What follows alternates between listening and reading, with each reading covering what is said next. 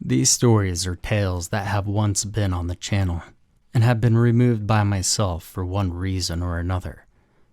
I feel it's time to give them a second life. Welcome to the archives. We met on OkCupid. I don't like admitting this, but unfortunately there is no time left for shame or reputation.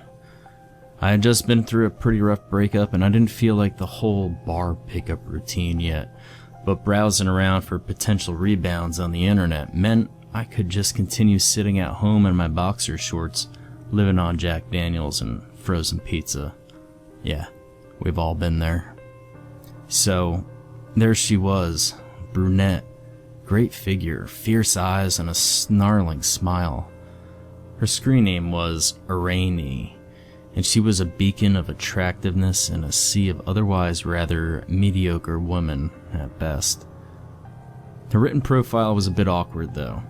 It seemed filled out in a rush, hardly given any info. The only thing she did elaborate on was sex.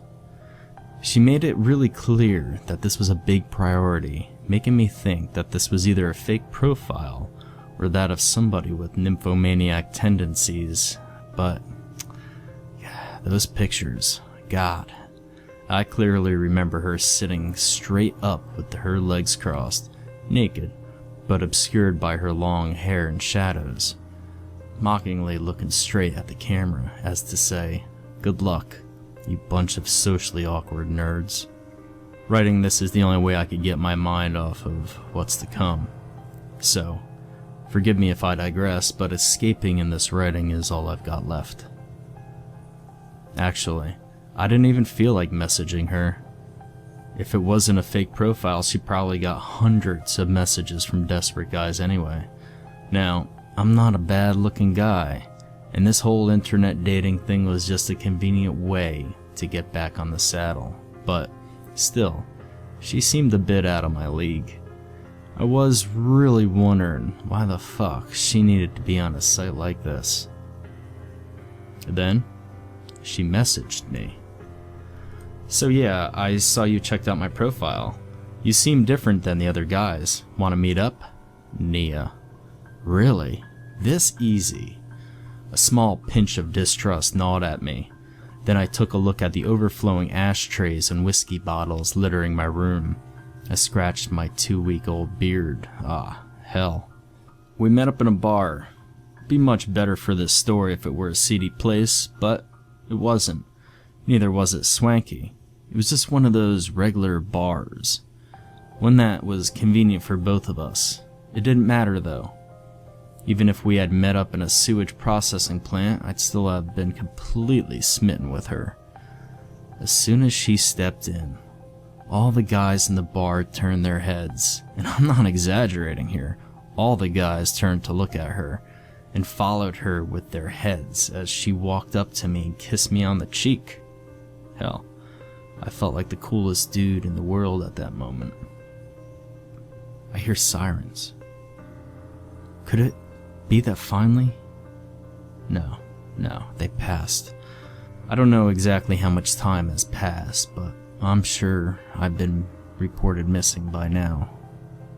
So, there she was, tall, low-cut black dress, eyeliner around almond eyes that made her face even more feral, that snarling smile bearing perfectly straight teeth, and her smell, God. That smell, it was overwhelming, musky animal. But I never met anyone that smelled that good. Every time she moved her arm to emphasize a word or raise her glass of wine, I caught it, and it drove me wild. Each little whiff of that memorizing scent got me closer to a primal state of pure sexual lust. We talked for maybe an hour. She was a good conversationalist, but there was still something awkward about our talks. It seemed she had no interest at all in regular topics such as music, art, or movies. She was very quick in steering the conversation away from that, back to me. She seemed extremely curious about my last relationship and history with women. I told her some funny stories about awkward moments I've had with women, at which she laughed before pressing on with the questions. I've never talked that much about sex on a first date ever, and she greedily ate up every one of my stories. We went to her place that same night. I offered to take her to dinner, but she said we could order in.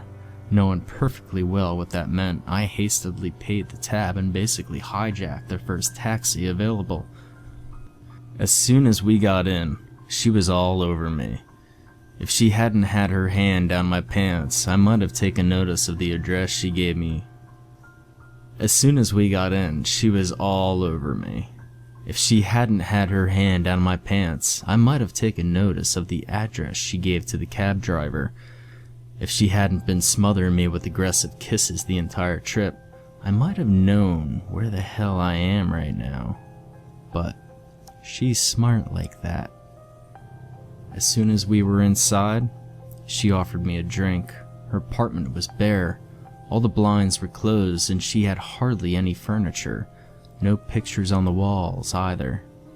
I didn't think much of it then. Thought she was probably one of those minimalists. The cocktail she brought me was refreshing, kind of like a sidecar, really sour and tangy, but delicious at the same time. Then she jumped me again. She threw me on the couch, one of those pieces of furniture she owned, and before I knew it, we were ravaging each other. I'm not writing this for you to get your kicks, so I won't go into details, but it was hard, it was mean.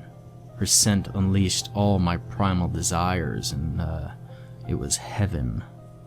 Until the room started spinning.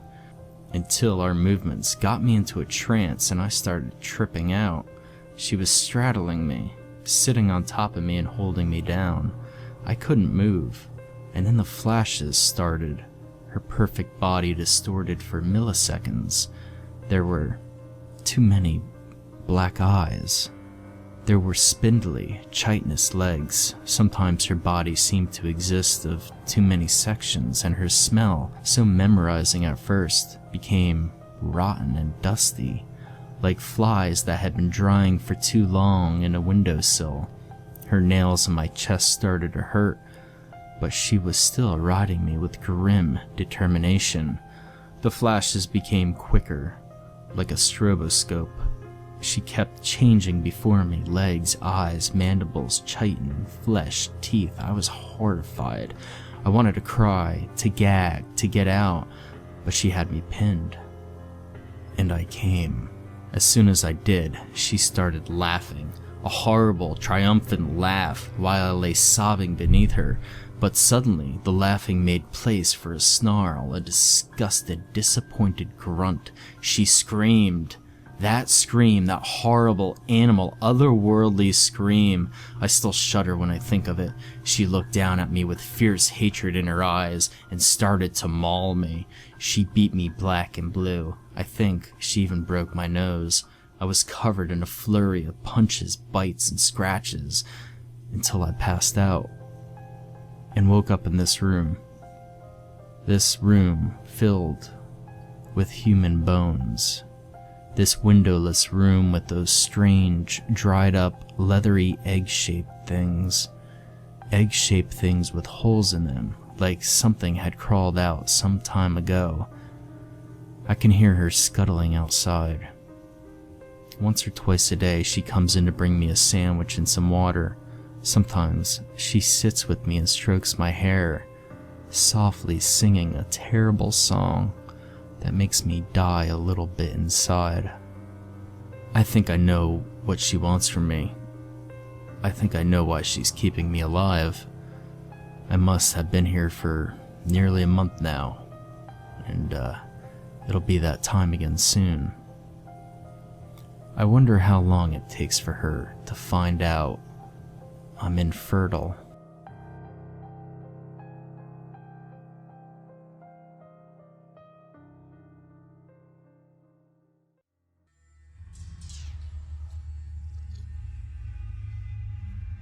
It wasn't until I broke down in front of my sister that it occurred to me to use the word haunted.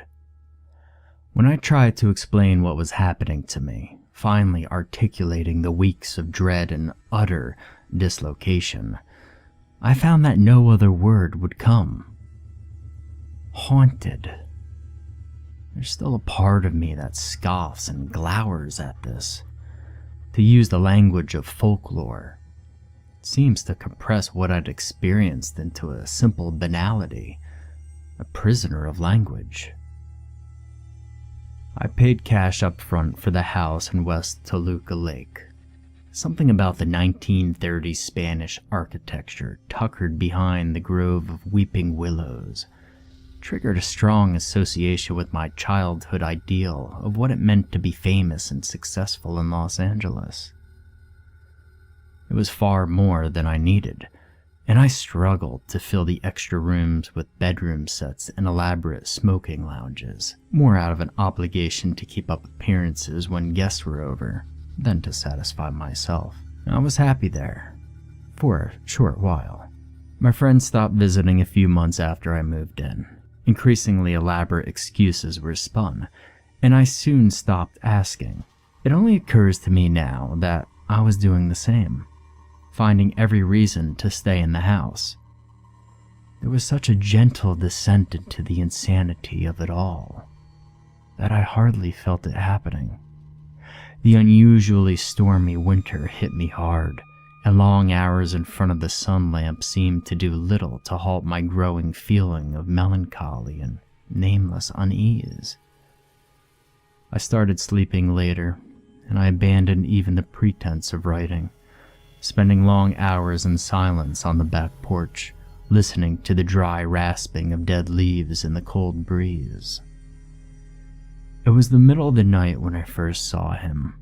After a long time of lying motionless in the dark, I slowly pulled myself out of bed from an ambient fog at the sharp urging of my bladder and shuffled towards the bathroom. He was in the hall, standing perfectly still, his back to me. His head was cocked slightly to one side as if he was listening, but he showed no signs of seeing me. My heart leapt and my body locked as I tried to comprehend this intrusion. He was walking away from me now, the soft tread of his feet on the carpet the only sound that punctuated the stillness. Less than 3 seconds had passed from the moment I saw him to when he turned a corner and was gone. When I wrenched control from my frozen limbs, I found the house empty and the doors still locked. Sleep came slowly that night as I tried to convince myself that what I had seen was a product of my medicated and half-asleep mind. He returned the next night as I lay in bed. I awoke to the sound of the door opening and my eyes snapped open to complete darkness. There was a soft shuffling of feet, and then, with a sickening feeling deep in my core, the sound of bed springs softly creaking, as if he had sat on the foot of the bed.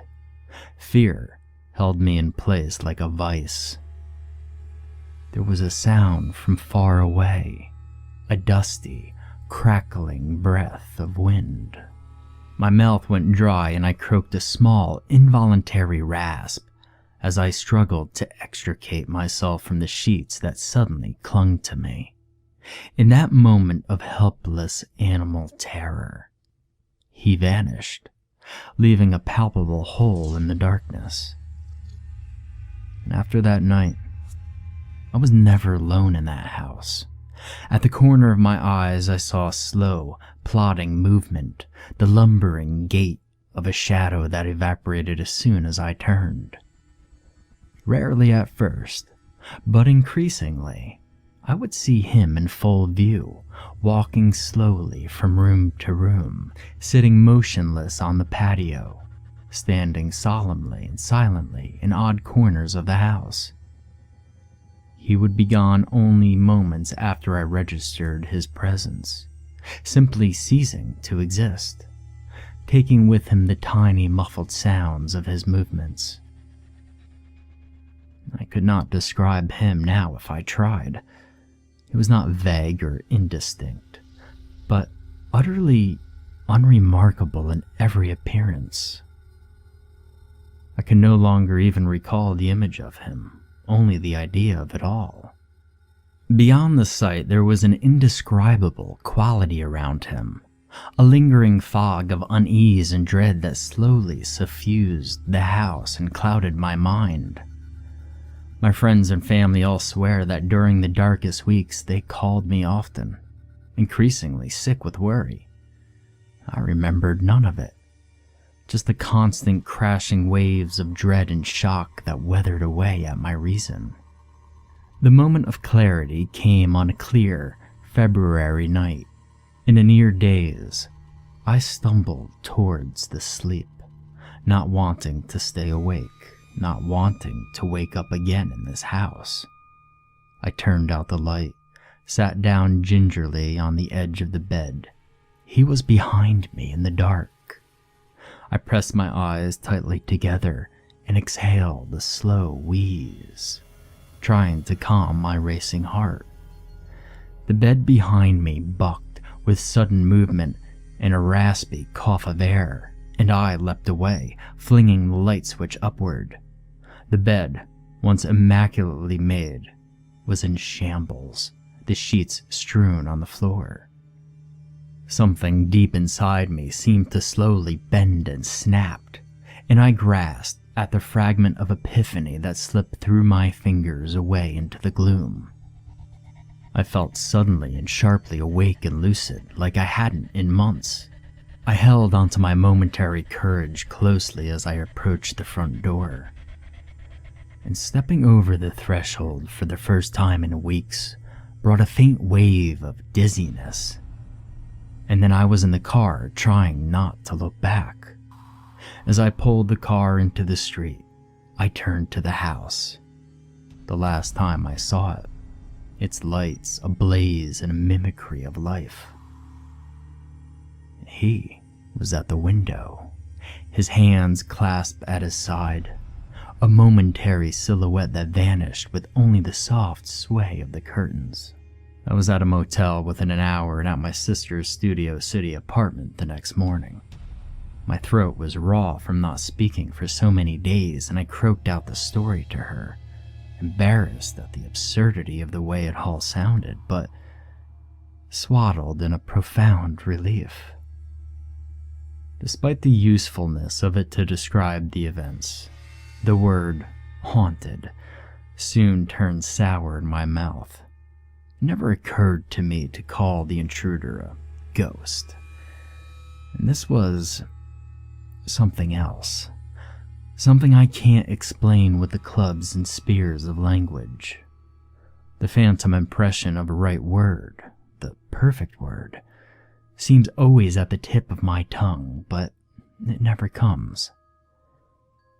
It wasn't the intruder. It was the house. There's something wrong with the house itself. The house is broken.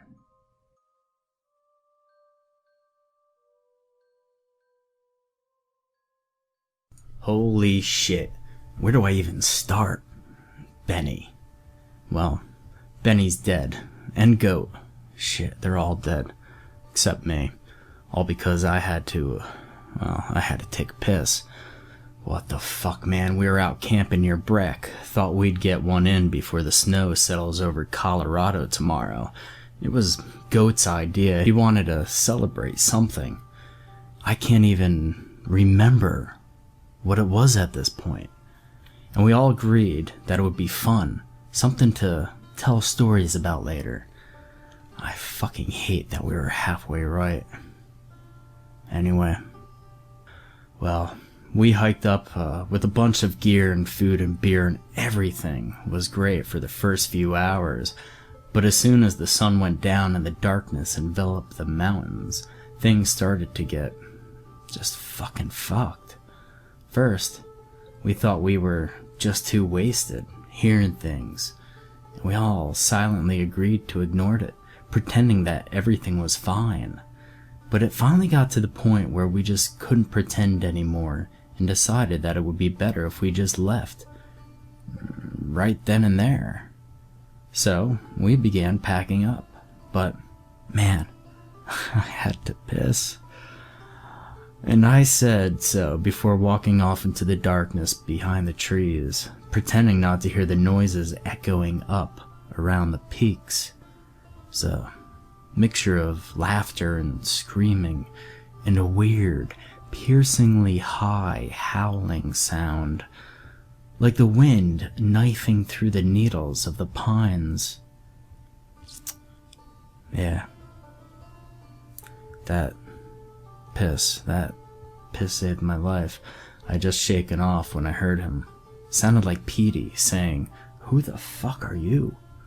And then a more insistent voice, maybe Jones or Goat. "Lady, are you deaf?" Then a concerned voice, Tim's. "I think she might be hurt. Hey, are you okay?" Silence for a moment, and then someone shouted, and I couldn't identify the next voice I heard. "Hello, goodbye. Hello, goodbye, goodbye." Confused, I peeked around the trunk of the tree, half expecting to see something fucked. And I did. There was an old woman standing near the edge of the firelight. She was wearing a yellowish rag.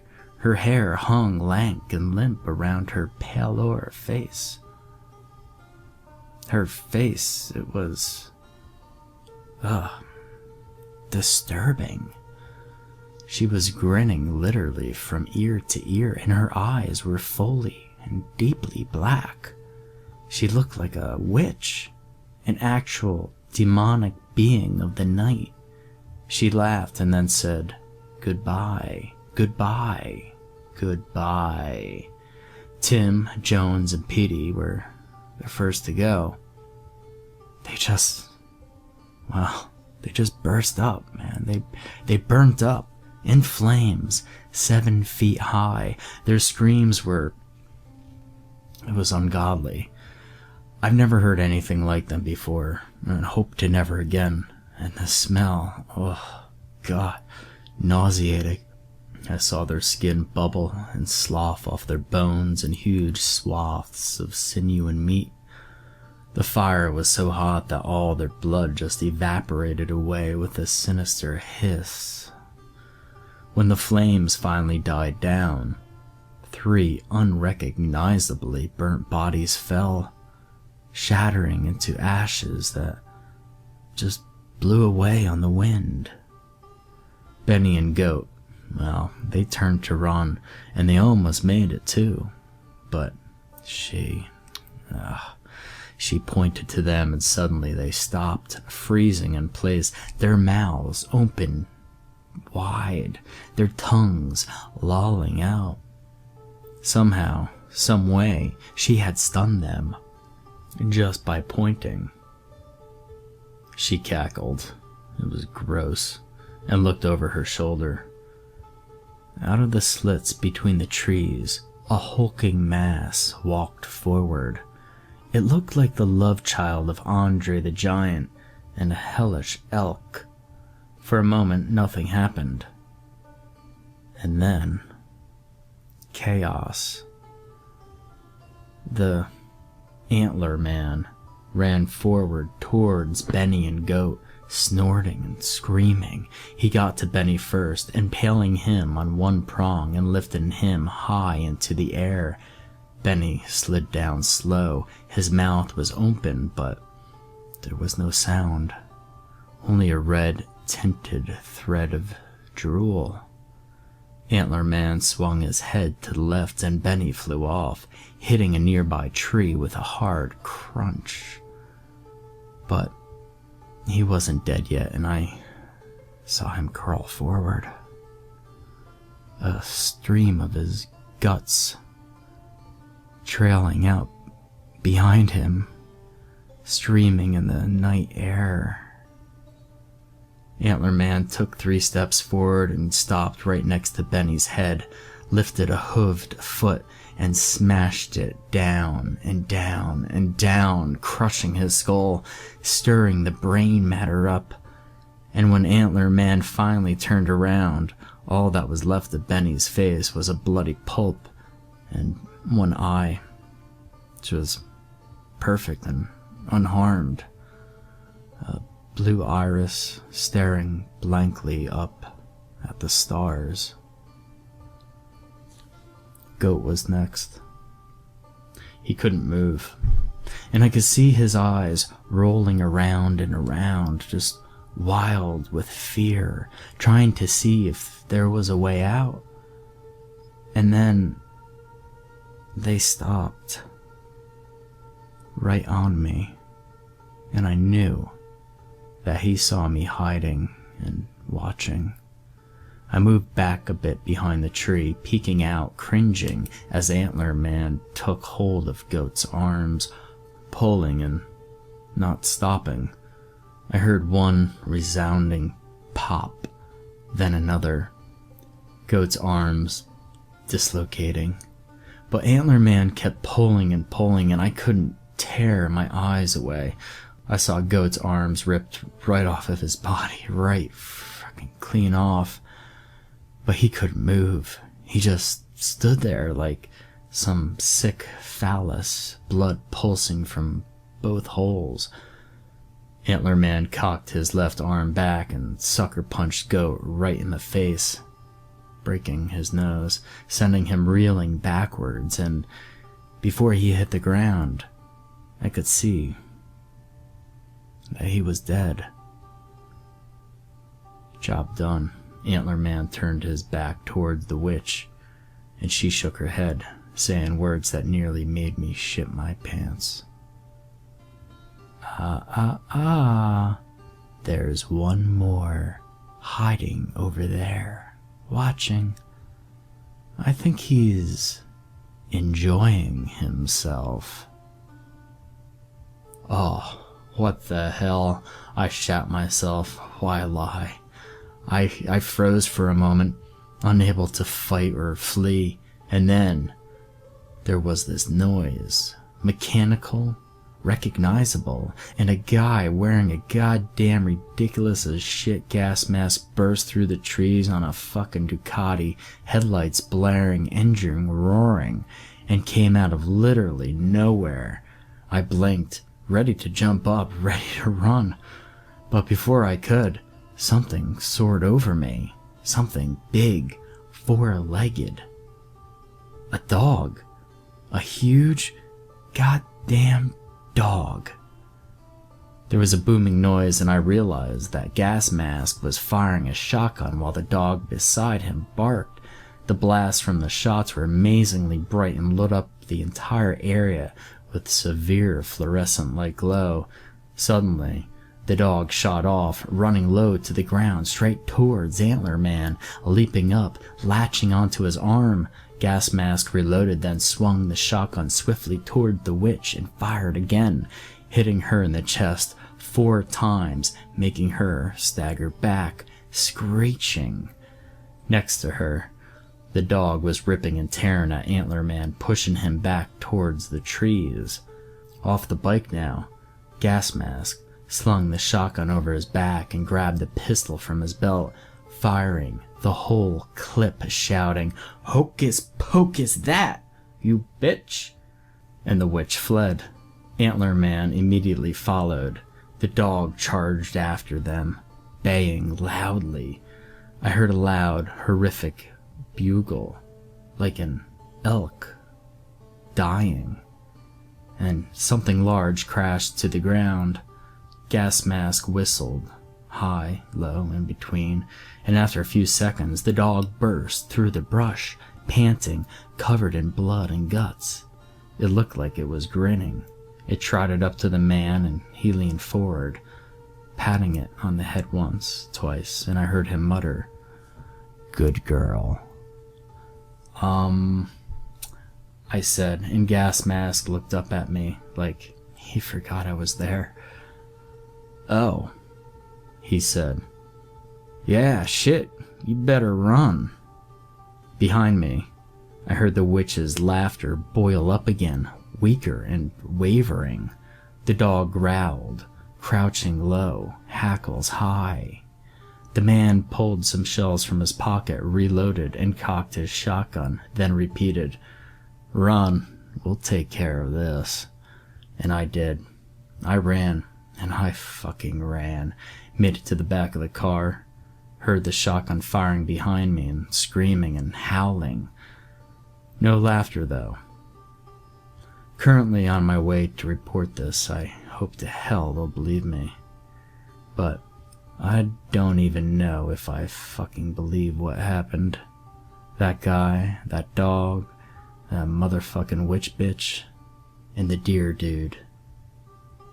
What the fuck just happened?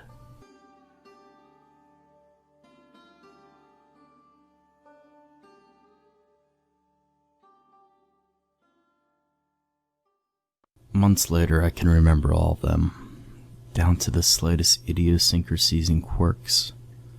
They were my friends, and they're gone now.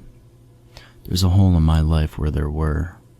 Sometimes I'll remember something they said or did, and it'll hit me like a ton of bricks.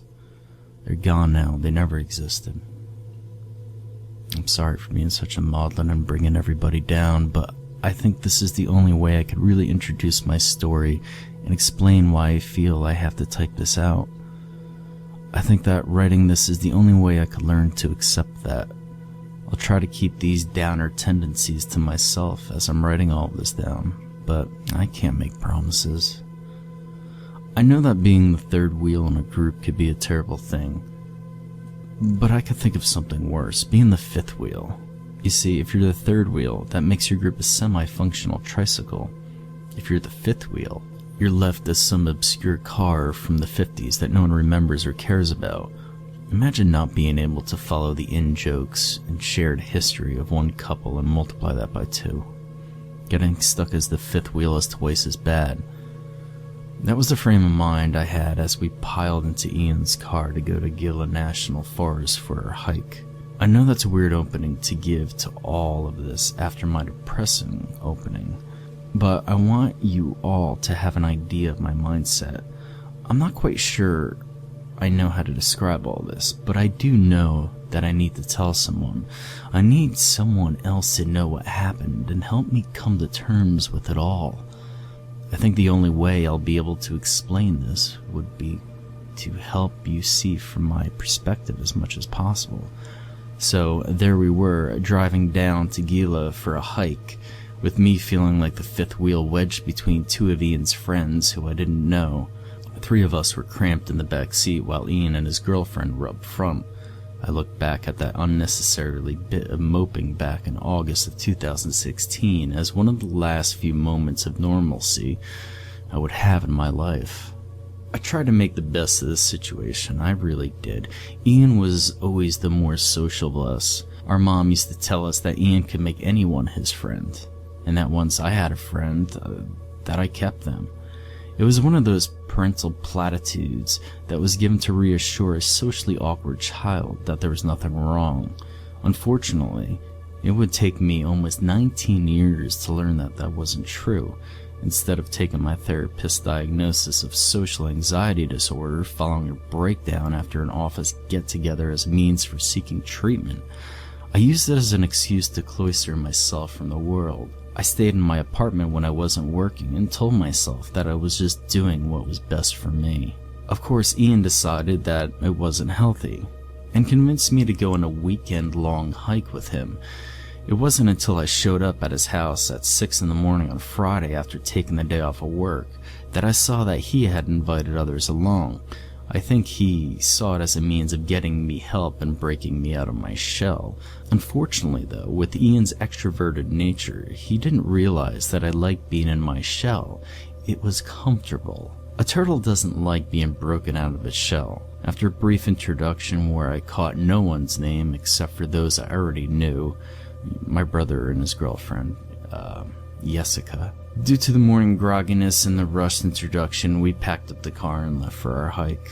It took 3 hours of mostly awkward silence for us to reach our destination. Ian tried to make conversation, but my short responses and others' sleepiness killed them off fairly quickly. We found the parking lot near the Gila Cliff dwellings.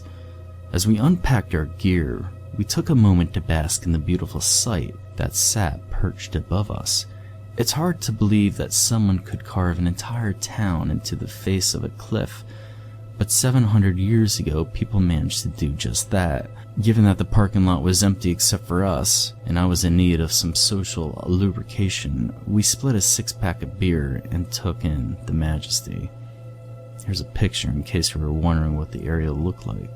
As we finished our beers, got everything prepared, and used the restrooms, Ian explained that the path we would be taking in detail. What we didn't know, and what my brother had failed to tell us, was that the West Fork Trail had been closed all that summer due to flooding. To be honest, the path wasn't that dangerous. They just had opted not to clear it due to the recent flooding, so it would be a bit more of a rugged hike. While it wasn't perilous, it did keep us from encountering other hikers, which would cause us a lot of problems when we actually needed help. Ian figured that we could make about 2 or 3 miles per hour, and we would be able to complete the Gila Loop, which was about 30 miles long, with enough time to get back on Sunday and be ready for our respective jobs on Monday, with no one any of the wiser that we had backpacked a closed section of the national park. As his explanation was a bit heavy on names and locations, some of which I don't recall clearly, I'll opt to include a picture rather than spend a page writing out everything. For the sake of simplicity, this is the path we were planning to take. In addition, I'll include a more detailed map of the entire area so you can orient yourselves if you want to trace the trail we took. If you plan on following along with the path, I'll tell you about this experience. All I can say is good luck.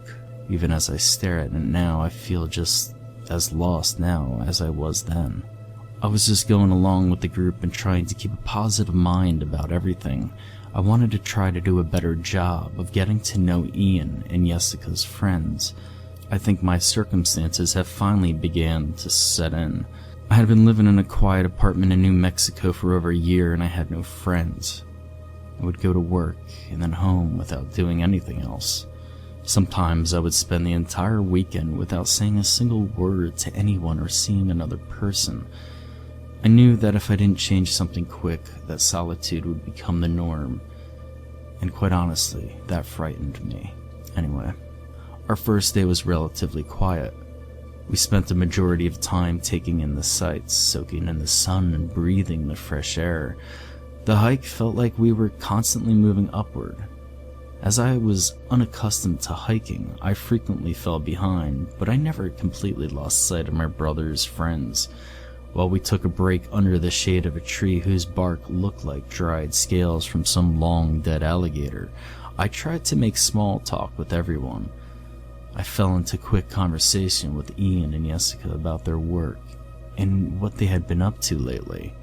When it came time to talk to the other two, I only managed to get a conversation going for a few sentences before it shriveled up and dried. I remember assuring myself that it would be easier when we stopped for the night.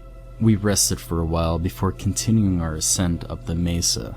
This was where everyone realized how truly out of my element I was here. The path up the mesa was agonizing for me. It seemed to never stop climbing up, and there was almost no shade to keep the sun from beating down on us. I was sweating buckets, panting and wheezing whenever they stopped to wait for me to catch up. I tried to pretend that I didn't notice their exasperated whispers or side glances, but it was easier said than done. They seemed like the outdoorsy type that had been doing this sort of thing for years. By the time our path started to level out, I was ready to turn around and leave. It wasn't until we reached the top and looked out over everything that I realized how foolish of an idea that was. Even if I was able to convince Ian to give me the keys and let me walk back to the car and go home, I had no idea where I was going or what trail markers we had been using. I imagined splitting off from the group and tromping through poison ivy, bumbling into a rapey gang of banjo-playing hillfolk, or getting lost in the dark and wandering in circles until exhaustion and exposure took me. Even if I did manage to hike back to the park alone, where was I going to go? Would I go back home to my empty apartment? eat a Hot Pocket and feel sorry for myself again? I decided to tough it out and continue hiking. We made camp at a dry section of the Indian Creek after having hiked a decent amount. Ian was confident that we would make it back on Sunday, and that the next few days were going to be less intensive. We ate some food and stowed the rest in a bear bag a ways from camp. We were passing a bottle of whiskey around in front of a campfire we had built when the conversation shifted to the most awkward moments everyone had experienced. Ian retold his story about the first time he met Jessica at the club, where he was way too drunk for his own good and ended up puking into her purse. Jessica bristled at the memory and jokingly called Ian an asshole for that. Each person shared their stories about a bumbling first kiss where their braces got hooked together, locking themselves out of their dorm rooms in their underwear, their cringe-inducing high school edgy lord personality, and caring for their drunken boyfriend who puked into their favorite bag. Then the bottle came to me, and it was my turn to tell them a story. I instantly knew what my most embarrassing story was the moment we started the conversation. I didn't tell them about the door, though. Instead, I made up a story ripping my pants in front of a group of people during a work interview that I had probably ripped straight from a 90s sitcom. They laughed with me and I felt like a piece of shit. They had bothered to reveal their most embarrassing moments and were commiserating in their shared experiences, and here I was too afraid to tell them the truth, to tell them about the door. The conversation continued for a bit afterwards as we killed the bottle. When it was dead, we all went to bed, still pretty drunk after dousing the campfire. I woke up in the middle of the night, desperately needing to use the bathroom. Still a bit fuzzy from the bully whiskey, I tromped out into the woods to do my business. It wasn't until I was almost done that Nadia's voice cut through the blackness. She asked me if I had a lighter. Since I hadn't heard her approach, the sound of her voice made me jump. It would have scared the piss out of me had I not just gone to the bathroom. I mumbled something about having a lighter back around the camp. She told me that she had dropped hers and asked me to help her look for it, but I was too out of it to be any good to anyone, so I told her that we'd look for it later. I vaguely remember her mumbling a protest as I stumbled back to my sleeping roll. It wasn't until I woke up in the morning that I realized how stupid I had been. Apparently, they had heard a yowling in the surrounding woods all last night. They thought the sound could have possibly belonged to the Mexican gray wolf, but no one was sure. Ian knew that they inhabited the area, but they were very uncommon. I palled at the thought of being mauled by a wolf while out peeing in the middle of the woods. I decided next time I'd wake Ian up before going out to the woods to answer the call of nature. We packed up a while later after eating a light breakfast and continued on our hike. The second day was a little better. The overbearing sun I suffered under previously was hidden behind heavy clouds. We crossed a number of rivers as we followed the 157-729 junction. We went along Little Bear Canyon as we headed towards the TJ Corral. As the path hadn't been cleared yet, we frequently had to dodge patches of poison ivy and stinging nettles. I fared much better on this hike, and despite nursing a slight hangover, I felt like I was doing a much better job of getting around with my pack and clunky boots my brother had loaned me. We made camp around midday and purified some water from a nearby river, boiling and adding iodine tablets to it. As the last section of our hike didn't really have many opportunities for drinkable water, I think that maybe our encounter last night with the yipping and yowling wolves had added a bit of seriousness to the hike, as there wasn't much joking around or conversations this night. We talked a little bit, but mainly just had something small to eat while we stared into the campfire. Ian and Jessica were the first to call it for the night. I stayed up with the others for a bit, but we were mainly silent. The other two slowly went off after a bit, and I decided to enjoy the warmth a bit longer before getting ready to go to bed for the night. Just as I had finished dousing the fire, I remember Jerry coming up to me asking for the map. He told me he wanted to plan out the rest of our trip, and that there was a spring nearby that we should really visit that wasn't too far out of the way. I grabbed the map from Ian's pack and gave it to him before turning in. I woke up the next morning to the sound of Ian rustling around his bag. He sounded angrier the longer he searched. He knocked mess kits into each other as he peered deep into the pack for something he was missing. Frustrating that he wasn't finding the item that he was looking for, he turned the bag upside down and dumped out everything. He was practically ready to tear out his own hair, and it seemed like he had spent the entire morning looking for that thing, wanting to know what was up.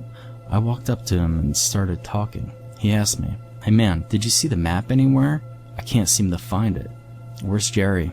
I gave him the map last night so he could map out a little detour on the trip so we could visit a spring. "Why don't you ask him? He probably knows," I answered. It was then that Ian said something that changed everything. "Jerry, who are you talking about? Do you mean Oliver? Don't tell me you thought his name was..." "No, I was talking about Jerry, the tall guy, kinda lanky." "You're joking, right?" He looked confused for a few seconds and made a questioning sound like a really old computer trying to process something moments before it catches on fire. The pieces clicked and Ian shouted, "Who the fuck is Jerry?" Getting the attention of everyone in the area. "He was some fucking guy asked you for our map in the middle of the night and you just fucking gave it to him. You handed our stuff to some random stranger you met in the woods." I tried to explain myself and tell him that I knew Jerry and that he did too, since I remember hiking with him the day before, but I couldn't find words to convey that point. It was here that Jessica stepped in and asked what was going on. Ian vented vitriol. "How fucking stupid are you, Evan? Some random guy named Jerry comes up to you in the middle of the night asking for our shit and you just give it to him. Jesus Christ. We needed that map to get around smoothly since the trails out here haven't been cleared." Ian shouted for about 15 minutes while everyone became aware of our situation. Jessica managed to calm him down enough so we could figure out our next move. While we weren't completely screwed, as Ian had memorized a large portion of the trail markers, it was going to be a lot harder to navigate the necessary junctions to bring us back to our car. We packed up all our stuff, making sure that the guy hadn't taken anything else, and we left. The entire hike I could feel Ian's eyes drilling into me. The last time I had seen him this furious was just before he got in a fight with Aaron Fredlinger and beat him to a pulp. He got suspended for a week and Aaron got a black eye, busted lip, and never said anything about our mother again. Each time we came across the break in the path, we spent a few minutes while Ian tried to remember where to go. The fact that the trails had been closed and the paths were overgrown only served to make everything a lot more difficult. I think that's how we made a wrong turn and began wandering on the faint trail, further away from home and safety. Towards midday, tensions had reached a critical point. Ian frequently mumbled things that would make a sailor blush while Jessica tried to hide the fact that she was close to crying. Oliver attempted to lighten the situation by telling everyone that we had just to follow the compass and that we would get home safe and sound. Oliver's girlfriend didn't say much. She just stared quietly at her feet as she walked. I think she had the right idea, since Lucas was constantly misplacing his footing and slipping. He looked like he had downed a fifth of vodka and now was trying to walk home on a tightrope while being randomly shocked with a cattle prod. The realization twisted something deep down inside that made me want to throw up. I stopped walking and began talking to Lucas. "What's going on with you, man?" Ian, still pissed off at me, took this opportunity to vent a bit. "Huh? What are you talking about now?" "Lucas is bumbling and twitching all over the place. What's wrong with him?" "Don't be a dick, man. You know he has multiple sclerosis. We told you before the hike started about his condition." As soon as he said it, the events came rushing back to me as clear as day. I recalled Ian pulling me to the side and telling me about his friend's diagnosis, and how this was likely going to be his last opportunity to undertake a long hike like this, so we had to help him and move slowly. I remember watching him scramble up the trail and thinking about our own mom and her illness. It brought back bittersweet memories of birthday wishes given to us from hospital beds and hearing her sob quietly to herself in the middle of the night when she thought we were asleep. Guilt flooded over me, and I stepped forward to apologize to Lucas when it happened. Lucas growled at me the instant I took a step forward and dropped to a hunched position on his hands and feet. It almost looked like the skin was bristling at a possible threat, and I could see his broken and decaying teeth as he hissed at all of us before taking off at a hopping stride into the woods. He moved like one of those CGI monstrosities from the last Planet of the Apes movie. His shaky and unstable balance was replaced by a more natural and animalistic gait as he lopped into the distance and disappeared among the trees. The last thing I saw was what I assumed were his clothes, sloughing off its body, revealing that they weren't actually clothes but gray folds of skin. Oliver was the first to talk. What the fuck? As soon as Oliver said those words, it was like a switch had flipped that set everyone into panic mode. We began to run along the trail as if it would do us any good. The only thought in my head was to put as much distance as possible between me and that thing. I think it took a good 15 minutes for us to run out of energy with our heavy packs and the disorienting nature of the woods. As we tried to catch our breaths, I surveyed the area around us and came to a terrible realization. In our panic, we had run off the path, and we were now even deeper into the woods. We tried to make sense of what we saw.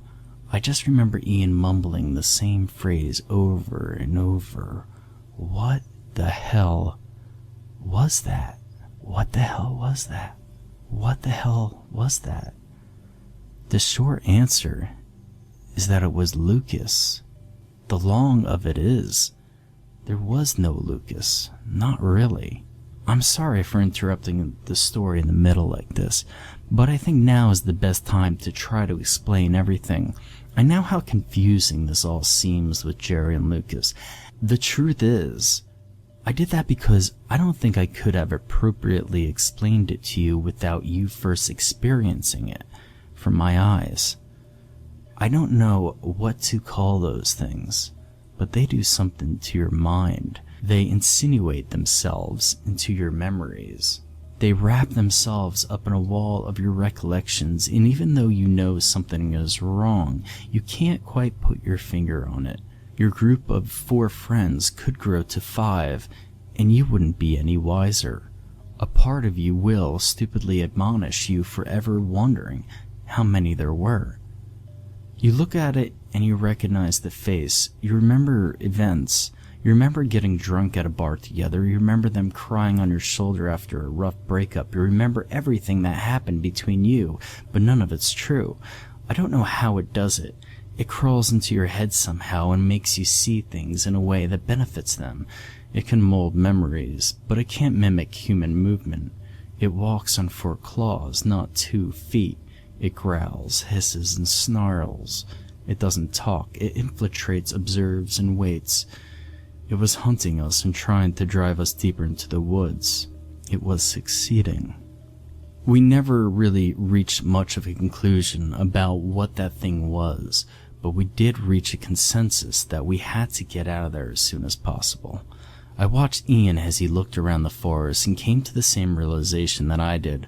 We were lost. We didn't tell the others. I think he realized that panicking would only get us into more trouble. Instead, he told us to follow him. With the shock of our encounter setting in, we could do nothing but follow his lead and hope it all worked out. As we walked, we could hear the sounds of distant animals yowling and calling out to each other. The terror of our situation deepened as the others whispered that those were in the same sounds that they had heard the first night out in the woods. Whatever this thing was, it was following us and calling out to other things in the area. At the time, I couldn't stop thinking about one of them barreling out from the underbrush and sinking its black and rotting teeth into my neck before the rest of the group could react. I remember brushing the thought off and mentally reassuring myself that there were 6 of us here, and that we had actually encountered one of those creatures. As the day pressed on, we seemingly wandered south in an attempt to pick up another trail that would lead us back to the parking lot. I couldn't help but to shake a nagging feeling in the back of my mind. It felt like I had forgotten some important deadline that I should have never forgotten about. It wasn't until Oliver mentioned his wish of being back in the car that Jessica stopped dead in her tracks. We all turned toward her, but knew what was coming the second she asked. "We only took one car down, right?" Ian snapped, more fearful than frustrated. "Of course we did. Remember how cramped everyone was in that tiny-ass Prius with all our camping gear smashed into the trunk and on our laps? What about it?" Jessica went white, as if this was the first time that Ian had ever raised his voice to her. She paused for a moment before asking, "How many of us are there right now, and how many does your car sit?" Ian's car sat 4 people comfortably, 5 uncomfortably, and there were 6 of us out in the woods at that moment. Everything happened at once. Ian swore. Oliver's girlfriend gave a half shriek and half gasp, while I looked wide-eyed from person to person, trying to figure out which one of us didn't belong there. Sarah was the only one who managed to say something, and that was... She hadn't finished her words before her jaw popped open. I don't mean that it dropped open like she was astonished at something. It popped open like it had dislocated from her face. The space between her lips was a massive, sickly pink void of inflamed gums that was at least a foot wide. She looked at us with dead and dull eyes as she slowly raised a twitching hand up to her jaw and tried to lock it back into a more humanesque appearance. She popped it back into place with a hollow sound and squelch of meat and bone shifting into place as if nothing was wrong about what had just happened before she tried to speak again. Ian was the first to react. He stepped forward, the failed facsimile of human, and swung his walking stick at her face while bellowing, "Get out of here!" She hopped back from the attack in a sloppy motion and landed on all 4s. Her body shuddered as if an electrical jolt had passed through her, and as she slowly backed away from all of us while facing Jessica the entire time, she hissed at us one last time before retreating deeper into the woods with a convulsing lope. It took a moment for all of us to regain our composure before we continued walking while trying to look in every direction at once. I remember Oliver rambling as we walked. He kept asking, although no one was responding to him, "Did you see how it moved?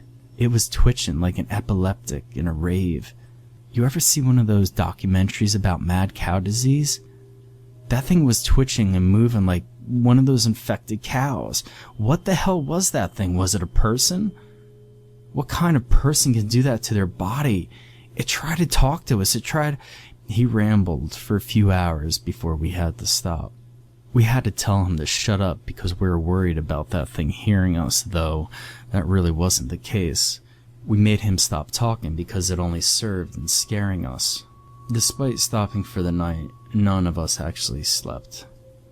We sat around a campfire and listened to the sound of high-pitched whining and yelping coming from all around us. It seemed like any time I actually got close to falling asleep, the calls would start up and jolt me awake. We spoke in hushed whispers and tried to figure out what they wanted with us, though none of us really wanted the answer to that question. The hours dragged on almost endlessly before dawn broke and we continued our hike. We spent Sunday hiking around and trying to find a familiar sight.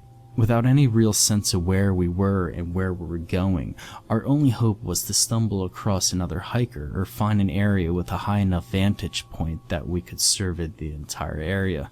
Unfortunately, any elevation we climbed didn't afford a good view of the area, and it was extremely unlikely that we would find another hiker due to the fact that the trail had been closed and wasn't cleared. Even if we did, what were the chances that we could trust them and could be certain that it wasn't one of those things? Midday through the day, Ian whispered to me, "Count the people wearing backpacks. One of them is with us again." I casually looked over my shoulder and noticed that one of our group was walking without any gear. They trailed behind us, but were still in our vicinity. They moved slowly, but didn't show any of the jerky movements of the previous two. The thought that it was learning to mimic our movements unsettled me. Without really thinking, I shucked off my backpack and approached the imposter. Before they knew what was happening, I shoved them as hard as I could. The instant my hands pressed into their shirt, I felt something slick and warm give way, like the outer layer falling off a rotten mango.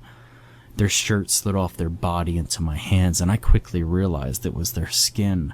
The thing was actually naked, but gave the appearance of clothes by altering the color of its almost translucent skin. I dropped the skin that had sloughed off, and it hit the ground with a wet slap. The creature toppled backwards and began yelping. I can only describe the sound like this. Imagine you get out of bed in the middle of the night to go take a piss. As you were feeling your way through the darkness to get out of the room, you step on your dog's tail. Imagine that surprise yelp of pain and the surprise that comes along with it. Now forget the sound the dog makes, as it is nothing like one of those things can vocalize. Just focus on that emotion, sudden surprise and guilt. Here's the worst part. I shouldn't have felt bad. Those things were stalking and tormenting us. They were likely hunting us, and I felt bad for harming it. I shouldn't have felt bad about it, but it wanted me to, and so I did. The thing writhed on the ground on its back for a few seconds, making that pitiable noise, before it reached back with its arms and pushed itself upright, its hands in the ball of its feet. Its joints popped wetly, and its muscles and bones adjusted to fit this new position. It crab-crawled away while shrieking the entire time as Ian pursued it with his walking stick, hoping to catch up to it and cave its head in. It wasn't until the thing disappeared into sight that I realized that the shrieking wasn't just coming from the monster, but from Jessica as well. It was trying to mimic her response. With Ian gone and Jessica's scream possibly drawing more of those things to us, I decided that I had to do something. I stepped forward and wrapped her up in my arms. She was shaking like a leaf in the wind. I stroked her hair and whispered that it was over. She managed to choke out something about its face. All I could make out was that something was terribly wrong with its face. She calmed down as soon as I told her everything was going to be alright. I didn't believe that myself, but it was the only thing I could think of that might bring her comfort. Ian returned fuming that the monster escaped, and I awkwardly broke off the hug. Ian didn't say anything. He just started walking. We continued following him, hoping that he would find the way, but knowing that he probably wouldn't. 6 hours later, we settled down for the night. It felt like we were going in circles all day and made absolutely no progress. For all we knew, the thing could have been tinkering around with our memories and convincing us that familiar landmarks were new and leading us deeper into the woods. I didn't tell the others, but I think I knew what those things wanted with us. They wanted to lead us deeper into the woods. They were trying to force us to exhaustion, and when we were too weak to defend ourselves, they would descend upon us and eat us. Oliver was right about that. If that thing is similar to us in any way, then those twitching spasms were likely some sort of prion disorder that came from eating human flesh. After eating some jerky, we decided against having a fire and drawing more of them to us. We reached the conclusion that we would have to sleep in shifts. I volunteered for the first watch because my insight into the monster's behavior had robbed me of my desire to sleep. The others went off without so much as another word. They were exhausted, and it wasn't until an hour into my watch that I realized that I was too. Even given the monster's grotesque appearance, everyone needs to sleep. Jessica joined me about 2 hours into my watch. She admitted that she couldn't sleep after our encounter with the creature. I nodded in agreement. Both of us had seen something terrible that the others hadn't. We talked for a good 30 minutes about what we thought was going on and how everyone was handling it. She was worried about Ian. She confessed that he was acting erratic, and that was scaring her. I wrapped my arm around her for a moment and told her that we were all scared. She looked into my eyes and told me that she was glad I was here, and I felt something twist deep inside me that I had buried a long time ago when I first met her. The longer she stayed with me on watch, the more personal our conversation became. She confessed that she and Ian had been fighting a lot recently, and that she was wondering if they were going to work it all out. At the start of their relationship, they were great together. He made her feel wonderful, but there was something that didn't feel right, like there was something missing. I listened to her talk about everything that was going on in her life, and I knew I had to do something. I knew that if I didn't do it now, I would regret it. I had to tell her about the door. She listened quietly as I told her everything. It was the event that precipitated my breakdown at work and my social anxiety disorder diagnosed at the therapist's office. Everything started off simply enough one Friday at work. I was in the lunchroom eating my sandwich and reading a book as per my usual while coworkers talked about their plans for the weekend. One of them was having a housewarming party and they were inviting everyone at work. I figured that the invitation was only extended to the people he was talking to, until he asked me if I would be able to make it on Saturday. As it was the first time I had been invited to hang out after work, I chose to go. I spent all Saturday getting ready, planning what were interesting topics to bring up in case there was a lull in conversation, and the bottle of wine I was planning to give him as a housewarming gift. After psyching myself up, I left to go to the party with the bottle in hand and my spirits high. I convinced myself that I was going to be the life of the party and that maybe if I played my cards right, I could finally find a friend at work that would make the time fly by instead of dragging on. It wasn't until I reached the house that the false bravado began to crumble apart. I stopped in front of the neighbor's house as everywhere else already had a car parked there. It was then that I felt my heart beating like I had just run a mile.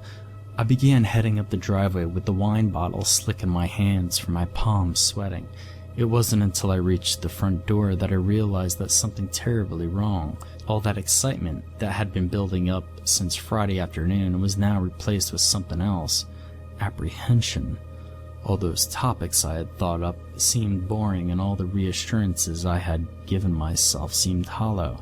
I didn't feel prepared for this at all. At this point, a small part of me whispered something that has stuck with me to this very day. They had only given that invitation as a courtesy and didn't actually expect me to come out to their house. It said that if I knocked on the door, that I would be making a fool out of myself. It told me that I wasn't even comfortable in my own skin, so how could I even dare to imagine that they would enjoy my company? They wanted to celebrate with their friends. They didn't want to listen to me fumble for something to talk about. All those fears flashed in front of me, taunting me, demanding that I knock on the door and make myself look like an idiot. That part of me told me that I was better off alone, and I listened. I turned around without even knocking on the door and I left. No one had come in and the music was playing loudly, so I doubt that they had heard me anyway. I shouldn't have been there in the first place.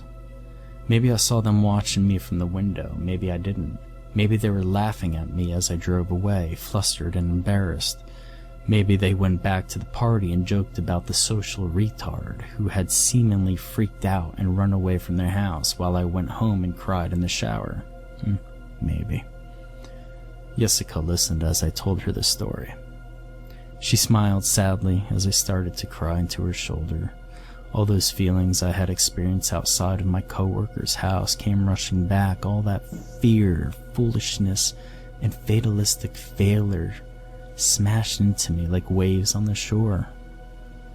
She whispered soothing words into my ear and waited for me to collect myself. Once I did, she pulled away and told me that it wasn't my fault. It was there under the moonlight with her face inches away from mine that I did the worst thing I had ever done in my life. I kissed her. It was slow, hesitant, and romantic. I looked into her eyes and I saw her beautiful face. She pulled me towards her as she leaned back. Lost in the moment, I held her against me while telling her all the things I should have said when I first met her and realized that I loved her. I held her like that for a few moments, afraid that if I let her go, I would lose this perfect moment. She was warm. She smelled like wildflowers. She smelled like happiness. For the first time, in what felt like a lifetime, I felt comfortable and content. I don't know when I drifted off, but I do remember waking up. In the love-drunk excitement of the previous night, I didn't think once about Ian or the consequences of my decision. I only thought about Jessica, and I forgot that she was his girlfriend.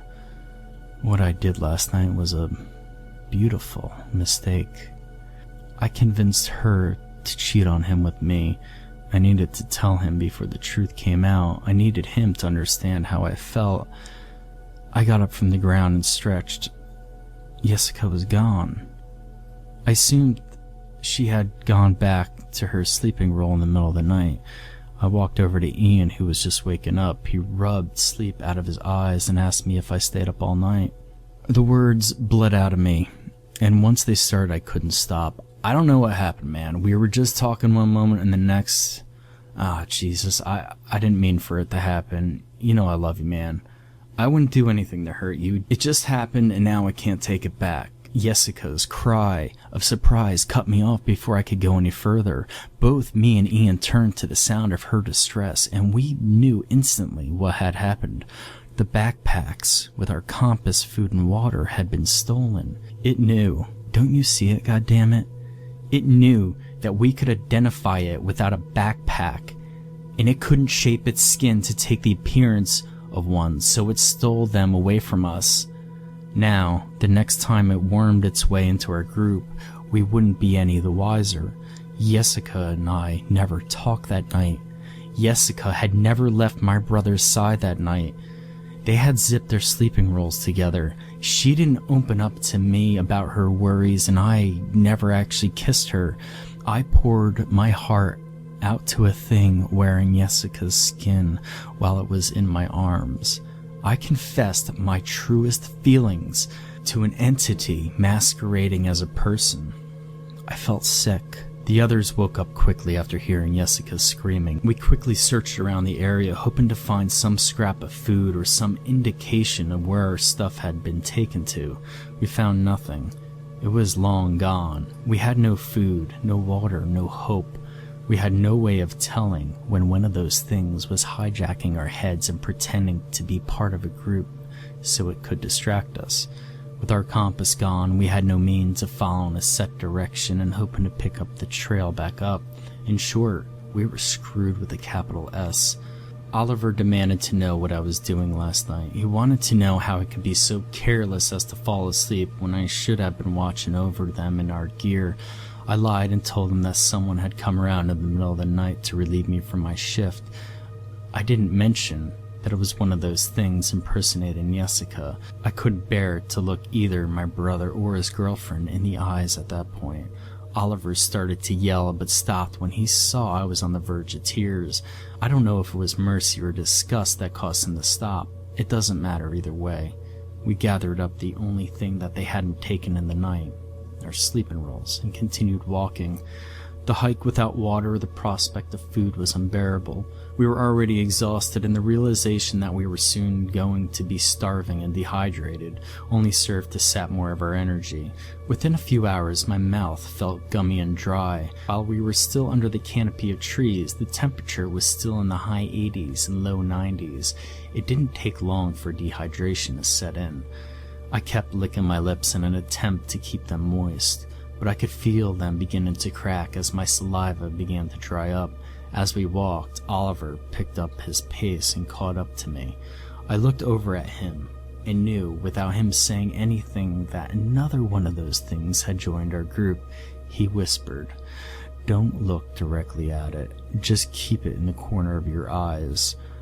I think that's how it messes with your mind. It would explain why you remember that guy that one night, but the rest of us can't. You saw him, but the rest of us didn't. Don't get close. Just keep it in the corner of your eyes. It's been trailing us for about a half an hour now. I think it just wants to watch and follow us. I pretended to be cracking my neck and looked at the tag-along in my peripheral vision. It trailed behind us by about 30 feet. In its resting state, its facial features appeared staticky. I could make out eyes and a nose, but it was constantly shifting and rippling like bubbling plastic. At this point, we were too tired to even bother with chasing it off. We just kept walking and hoping that it wouldn't try to join the group. It seemed content to keep its distance and keep us within its line of sight. It followed us for about 2 miles before it broke off toward the trees with a shambling, awkward gait. We were too tired to even try to set up a shift system. We just huddled together in an attempt to convince ourselves that we were safer, that we were closer together. But every time one of us got comfortable enough to drift off, those things would start making noise. The noises started off as a high-pitched yips, whose sound seemed to travel for miles. As the night drew on, they grew more aggressive. I remember one time as I was drifting off hearing the gating rasp of my name. Evan. The things weren't just following us, they were learning. They were perfecting their mimicry. The thought disturbed me even more than the idea of them out there watching us in the darkness. How long would it take them to become more human than human? What would they do once they were capable of walking amongst people again? I drifted off to sleep with that thought beating around in my head like a man trapped inside a wall. We got up on Tuesday morning and left without a word. At this point, there was nothing left to say. Some of us had been awake all night without food or water. The constant stress had completely worn us down. We continued hiking in the same direction we had been going in with the false hope that we would come across someone. In the end, our hike looked more like a death march. My feet were covered in blisters that had ruptured and blistered the soles of my feet to my socks. Every step felt like I was tearing open the wounds a bit more. In an attempt to take my mind off the discomfort, I focused on my brother who was walking in front of me. He wasn't as much walking as he was limping forward. He had stopped using his walking stick and was dragging it behind him like it was a broken limb. I watched as he stepped over a rock and the walking stick slipped out of his hands. He kept dragging himself forward as if nothing had happened. He didn't even register it falling out of his hands. It was at that point I knew that something was wrong. I knew that my brother wasn't my brother anymore. I quietly picked up his stick as I passed it. Amy went to call out to him and ask if he was alright, but I shushed her. I was so sure that one of those things had replaced him and was now leading us deeper into the woods. I realized that I would have only one chance at this. The instant it knew that we knew, it would try to run away. All it would take was one good swing at the back of its head, and we would be able to take out one of those things. The stick had a bit of weight to it, about 5 or 6 pounds, enough to crack open a skull if it was swung hard enough. I began walking faster while trying to avoid the underbrush that might give away my position. The thing wearing my brother's skin continued limping forward as I drew closer. I waited until I was within swinging distance before raising the stick above my head. My heart was beating in my chest and my hands were so sweaty that I felt like the stick would slide right out of my hands. It kept on moving forward, completely unaware of what I was about to do. I whispered, "I'm sorry," just before I swung the walking stick down with all my strength. Ian turned to face me as he mumbled groggily, "Sorry for what?" My muscles locked, and I stopped mid-swing, and the stick stopped just inches away from his face. He blinked in surprise before muttering, "Evan, what's wrong?" His voice sounded distant and empty, like he was in between a waking and sleep state. It was then that I knew the extent of his condition. He was pale, and looked like the slightest breeze would blow him over. He wasn't one of those things. He was delirious from dehydration, sleep deprivation, and starvation. The walking stick fell out of my hands and bounced to the ground next to us. I dragged my tongue across my lips, and it felt like I was licking sandpaper. I whimpered, "Jesus, Ian, I thought you were one of those things. God, I'm so sorry." He didn't react to my apology. He just turned around, continued walking in the direction we're going in. Amy just watched everything unfold numbly before she started following him. Oliver shook his head sadly, but he didn't look any better. His eyes were glazed and his lips were cracked and red from rubbing at them. I watched my brother shambling forward, and it reminded me of one of those old voodoo movies where someone is put into a trance and forced to work until they die from exhaustion. His mouth hung open, and he moved like he was being dragged along on puppet strings. I picked up the walking stick and began following them. I wondered how much longer he had left in him, and what any of us could do if he just fell over and stopped walking. I wondered how much longer any of us had. I don't know how long we walked. Everything melted together in a muddled malaise at that time. I remember losing my footing and tripping a few times, but I barely felt it. The third time, I didn't even realize I was laying on the ground until Jessica stepped on me as she was passing by. There was no apology. She was far too gone to recognize what she had stepped on. I dragged myself to my feet and felt lightheaded, but continued putting one foot in front of the other. The fifth time I fell, I wondered if it would have been better just to lay down and wait to die. An excited whop behind me from one of those things drove me to my feet. It wasn't until we bumped into the sign for Little Bear Canyon that I realized how close we were to salvation. The post for Little Bear Canyon also had a branching sign that pointed in the direction for TJ Corral, which was only a few miles from where we had started at Gila Cliff Dwellings if we walked along Route 15. Ian was heading in the right direction, and we were almost home free. In my excitement, I began calling to the others to let them know that the end was near. I looked around me and shouted, "Jessica, Ian, Oliver, Heather, Amy, I know where we need to..." The words died on my lips as I counted the names and realized it wasn't over yet. The others kept moving as if they hadn't heard me talking. The imposters shuffled alongside us, and for once, it was easy to identify them. I don't know whether or not they had let their guard down after seeing our conditions, but this one was obvious. She moved slowly, but her movements didn't convey her exhaustion. Everyone else was sweating and looked like the walking dead, but she was fine. I waited for her to get close enough to follow the trail the others were going down before I raised Ian's walking stick and growled, "Turn around right fucking now. I could see you." She turned around slowly, and I felt my heart skip a beat. She looked almost exactly like Jessica, except for a brown tinge to her hair. She could have been her twin.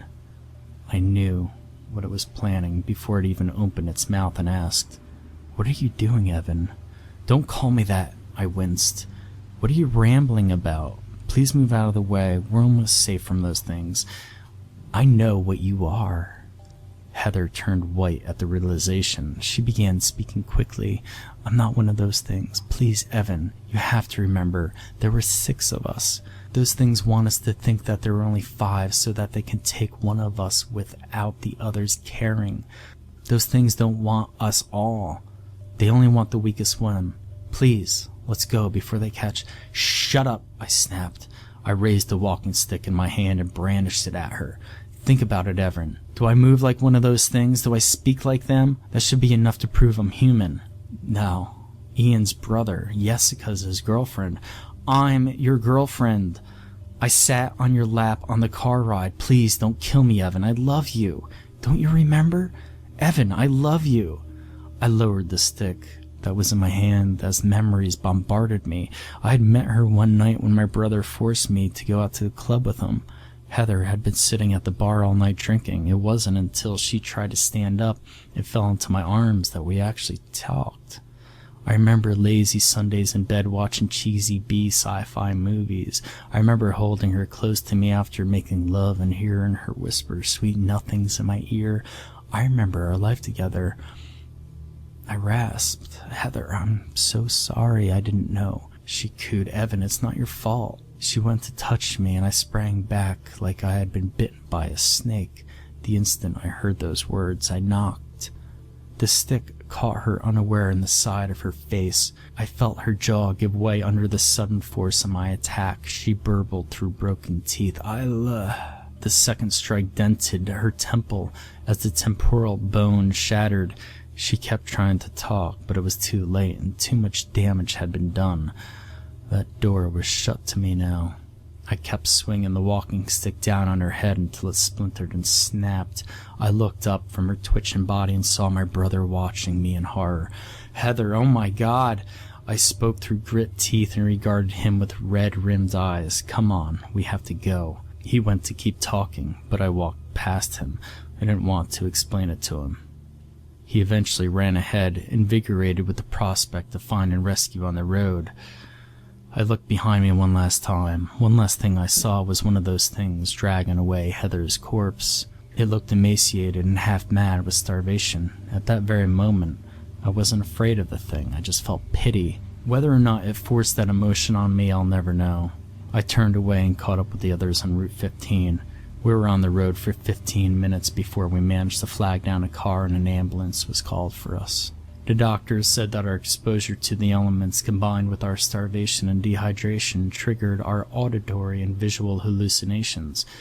It's a typical response you'd expect to hear from any half-dead rambling about creatures warping their flesh and our memories to drive us to the brink of death so that they could prey on us when we were our weakest.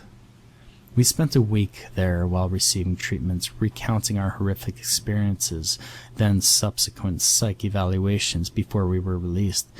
Ian and Jessica refused to talk with me about it. I don't really know Oliver or Amy, so that's off the table too. They just want to forget. I can't forget. Here's the thing. I still remember Nadia asking me to help her find her lighter. I recall staying up late and talking with her by the campfire while she smoked like a chimney. I recognized Jerry's terrible puns that he'd made about almost everything and Lucas's determination at hiking this trail while slowly succumbing to the effects of his multiple sclerosis. I can recall whispering sweet nothings into Jessica under the glow of the full moon. I can recall that as clear as day, even months later. I know the conversation we had word for word.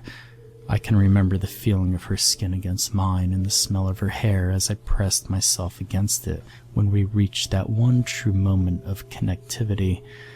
I remember Heather pleading and begging me not to kill her. Despite writing this all months later, I could see all those things clearly, sometimes late at night. I can even remember driving up to Gila National Park with Heather sitting in my lap, playfully grinding against me and telling me how fun our hike was going to be. Sometimes I think about that memory more than I should. Since I can't talk to my brother or Jessica about this, I had to find some other outlet. I guess I'm writing all this for that one reason. Catharsis. In the end, I keep wondering if what I did was right. Did I make the right choice? I want you to read this and tell me that I had no other option. That the risk of one of them escaping into the city forced my hand. I know that's not the case. I could have walked away or tried to scare her off, but I didn't. What kind of person can look into someone's eyes, remember all the things we did, and the life we had, and do what I did? Who can have all those memories, and in the end, everything so callously? It doesn't matter if none of it was real, because in that moment, it was to me. Who could look at someone and feel such love for them before you kill them? The answer to that question is simple now that I ask myself aloud. I just don't like the answer.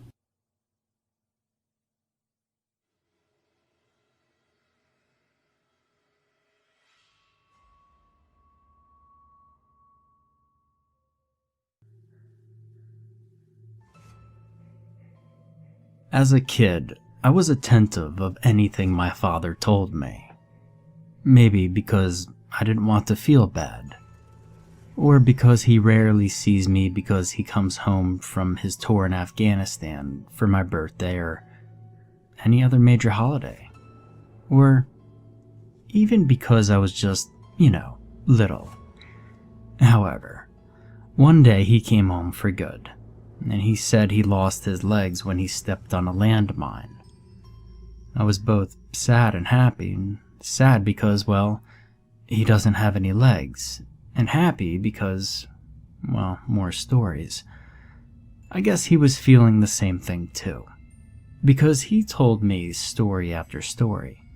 And normally, kids my age would be playing on video games or playing football, but me, I just listened to my father's stories. However, one day, he told me the strangest story I had ever heard him tell. He claimed this was the story of how he really lost his legs. And after he told me, I thought two things. One, this story is actually scary. And two, is he lying? And I asked him if he was lying because I thought his legs were blown off. But by his expression, I could tell that he was telling the truth. And this is what he told me. You know, son, that I was in Afghanistan, right? Okay, good. Well, our commander at the base told me and some of the other guys to go out and look for this guy in Al-Qaeda that they said would be way worse than Osama. So we just shrugged and said okay. And we got these missions a lot. And most just turned out to be recon missions. Boring stuff, Anyways, we got into our jeeps and Hummers and drove. We passed a couple of villages that we liberated before, and they seemed awfully quiet. Before, they were all bustling and going along like what they had been used to do before everything went down. And I thought they were just packing up for the night, because it was getting dark. And hell, if I'd known why they were hiding in the first place, I would have hidden too. We got over to the caves where Command said our target would be. And these caves were a lot bigger than the caves where we usually found these guys. And the cave Command said our guy was in looked, well, like a huge animal made it. One of our guys squealed like a baby, because one of them camel spiders, or solifuges, I think they're called them, came up his shirt and bit him on the chest. We all laughed when we saw him screaming and flapping his arms around like he was a bird doing a mating dance or something. Well, he managed to fling the thing off of him, and we asked if he was okay, and he said that he was. So then we got our gear and walked into the cave. We first shined a flashlight into the cave, looking for any signs of our target and for possible booby traps. We deemed it clear, and we tossed a grenade in to see if we could get the guy to come out. No response. One of our guys decided to go in, and one guy, I think his name was McDowell or something like that, he said, "I don't think you should go in there, it's giving me the chills." The guy, who was already a few meters into the cave, his name was Darren, yelled at McDowell for being a wimp, and that changed McDowell's mind, and he went in. Me and Ron, the other guy with us, had to stay and guard the entrance. Pretty boring, right? Anyways, it was 11:30, and one of our guys in the cave started screaming. We heard gunshots and yells of pain, so we held up our guns and asked what was going on down there. One of our guys, sounded like McDonald, yelled out, "Help!" and then started screaming. We were about to reply when Darren ran right past us like a madman, and as he ran past, he screamed at us to run. And what happened next was like a scene from a horror movie. This huge thing came out of the cave. It was one of those solifuges, or camel spiders, or whatever you want to call them. However, it was huge. It was about half the size of one of us, and about as long as we are tall. Ron was running for the Hummer, leaving me with this thing, and I could see blood and intestines in its hideous jaw. Probably came from McDonald. Poor son of a gun. That thing rushed at me. I luckily dived into a prone position, and it ran right over me. It didn't even notice me, probably because Ron was driving the Jeep straight at the huge thing. Ron managed to hit the thing, but it only seemed dazed. I regained my senses and picked up my rifle, which slipped from my hands when I dove. I tried to put a whole magazine into the giant beast. However, the rounds just bounced off. It seemed that its, what is it called? Exoskeleton? Yeah, exoskeleton. Anyway, it seemed that it was impervious to our rounds. I was half thinking of trying to shove a grenade into its jaws when the thing ran at Ron and bit through his torso.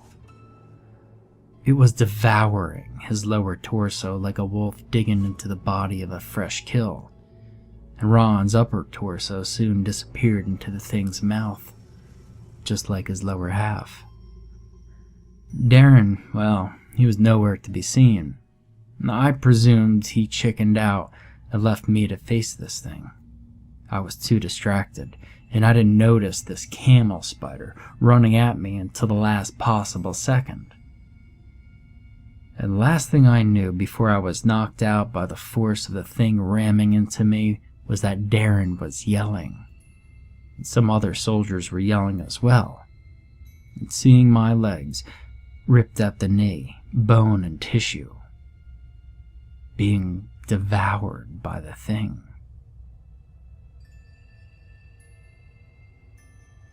I woke up in our camp hospital, and I asked how long I was out, and one of our medics replied, "You were out for 2 days, 1 day from trauma, 1 day from drugs." And I asked him why I was knocked out because of drugs, and he told me that they had to amputate the rest of what was left of my legs. Gangrene was destroying the tissue around the area where my legs were gone, so they had to take no chances. After I got out of the camp's hospital, I was told that I could leave with honorable discharge. They told me that I stepped on a landmine, and I had better tell everyone that. And I told them, but that wasn't what happened. And they replied, "Landmine, nothing else, go on." And I guess they wanted to cover up the incident by giving me an excuse to tell everyone. I somewhat understood. If they found out some huge beast was out there attacking US soldiers, then the public would go bonkers. Anyway, they gave me a Purple Heart. I asked what would become of me when I got home, since I had no legs and was on prosthetics, and they said that the government would give me unemployment funds for me, as long as I kept my trap shut about anything that happened to me and my crew. And I just said it was a landmine accident. And so, I kept my trap shut to the public. And you are the only person I am telling this to, son. And I want you to keep it a secret, although people may find out soon. Not from us. It's because there are reports of soldiers and villagers gone missing, and mutated bodies popping up in huge caves. I just hope that thing, or things, if there are any more of them, doesn't come here, because they would kill us all if they got the chance to. And so, that was the end of my father's story. What he said about the reports of missing people and half-eaten bodies is true. I see him on the news every once in a while. The latest one was about the disappearance of some cryptozoology group. They were supposedly searching for huge arachnid in the caves of Afghanistan. Some of my friends know that I'm holding something back. They pestered me throughout high school, and even in the days after it ended. And I'm going into the military because I want to see if my father's story is really true.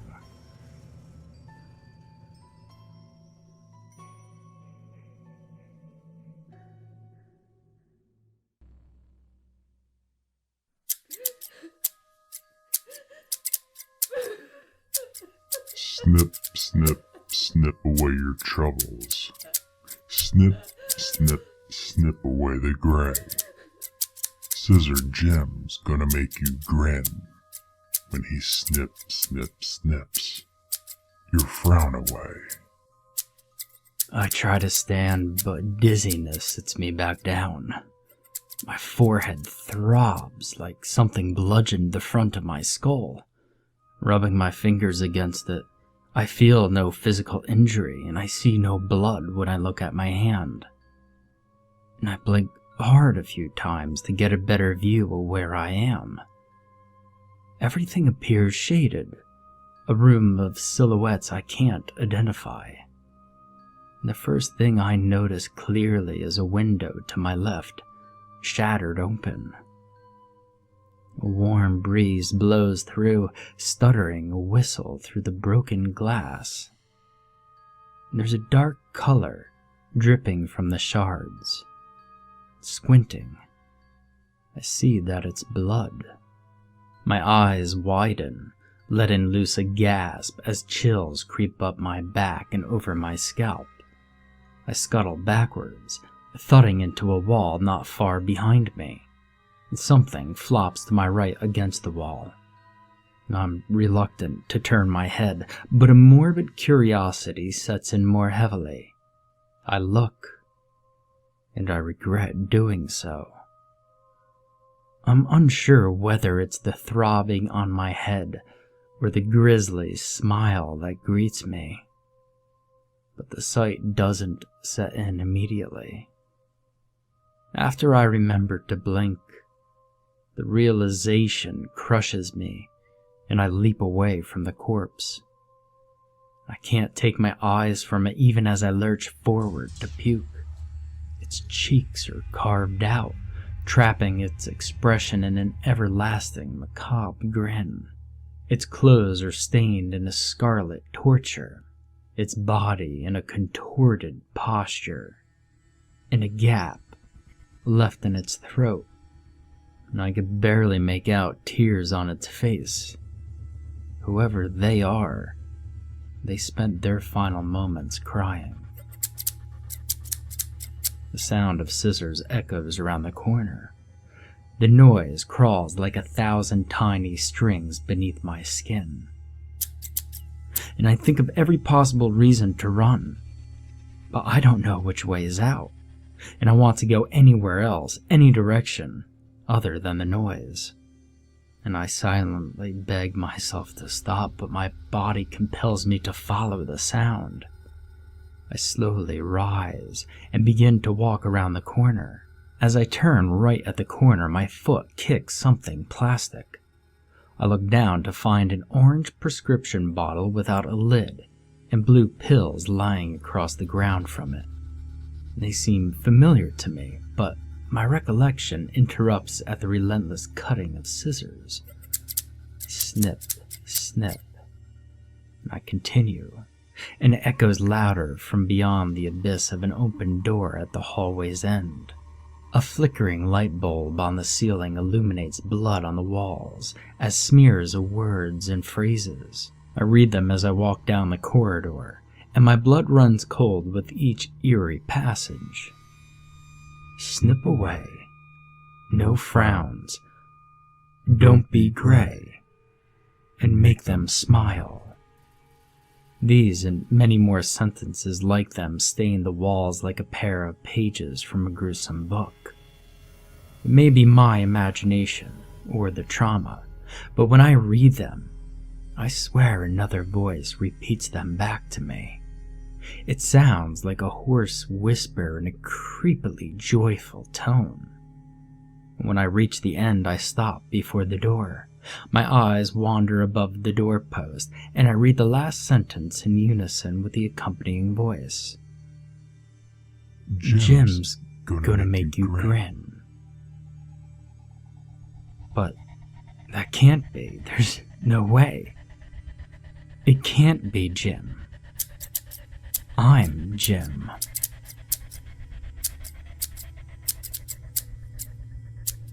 I bring my eyes back to the darkness before me. I still hear the sound of scissors, and it's loud. I can no longer bear the noise, so I make a decision to enter. The corpse, the writings, the noise. Every image and whisper scratches at my mind. And the snipping. Damn that snipping. It has to stop. It must stop. The snipping, the endless, unrelenting, insufferable snipping. It's tearing at me, screaming at me. I can't take it anymore. I step through, and it stops.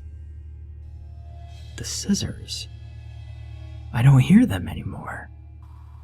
Looking across the room, beneath the window on the opposite side, there's a figure looming over a body propped against the wall. The figure faces away from me, but I could see their mangled haircut, black jumpsuit, and leather gloves. He sings the same rhyme over and over again as he uses a pair of scissors to slice the cheeks off their victim's face. Snip, snip, snip away your troubles. Snip, snip, snip away the gray. Scissor Jim's gonna make you grin when he snip, snip, snips your frown away. He lets the flesh fall to the floor as if it were scrap. I can't speak or move, and it's sickening how someone can be doing this. And I don't think he could see me, but my legs are tensed in place, and I notice tears trickle down the victim's face. Oh God. They're alive. Stop.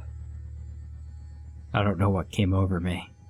I can't move to run or stop him, but I manage to rasp out a plea. The snipping of the scissors gives pause before he stands up, his back still facing me, and replies with a twisted joy. The same voice from the hallway. No. My legs shake as my fists and teeth clench. This sick bastard is killing these people, cutting up their faces to smile like some joke, and no one deserves what he's doing to them. Why are you doing this? I question with a lump in my throat. Why? Jimmy, don't you remember? He sounds excited to answer the question, but not before turning his head slowly to pierce a stare at me. My heart skips and I lose my breath. Now, my whole body is shaking. The noise flows back into my head, like the dam of a lake bursting apart.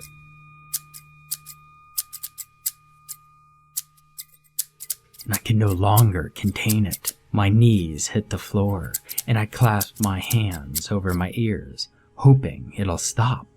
And it hurts so damn much, pulsing through my head, crushing my brain.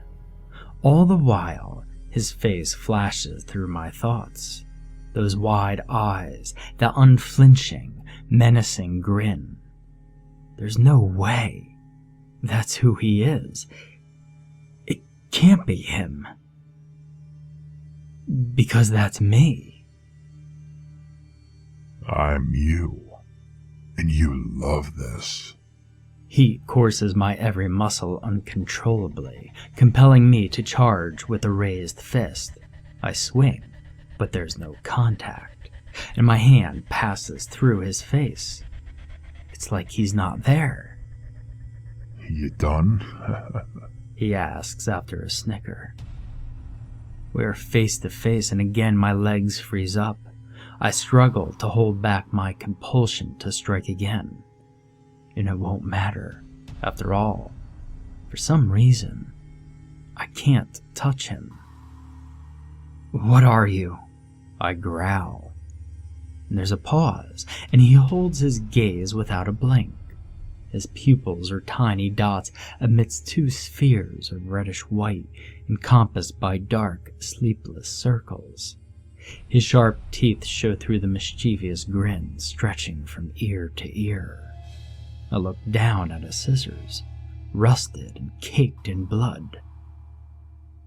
He replies, You locked me away with those damn pills. Do you have any idea what it's like, being nothing but a mute in your goody-two-shoes head? It doesn't matter anymore. It's your turn to be the voice in your head. His victim starts to move, pulling themselves by their hands. They try to crawl away, but the bastard is aware. He reaches a hand to clutch them by the hair, pulling them back until the two are touching cheeks. The snipping, already beating against my eardrums, echoes faster in my head. With a slow, agonizing stroke, he tears the scissors across their throat. I can't bear to watch, but I can't turn away either. And again, I try to plead with him to stop, but this time nothing escapes my lips.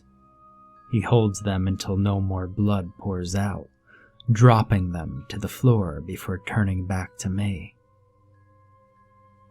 Get used to it. The night's young, and we're not done. He walks right through me towards the door from where I entered. How can he do that?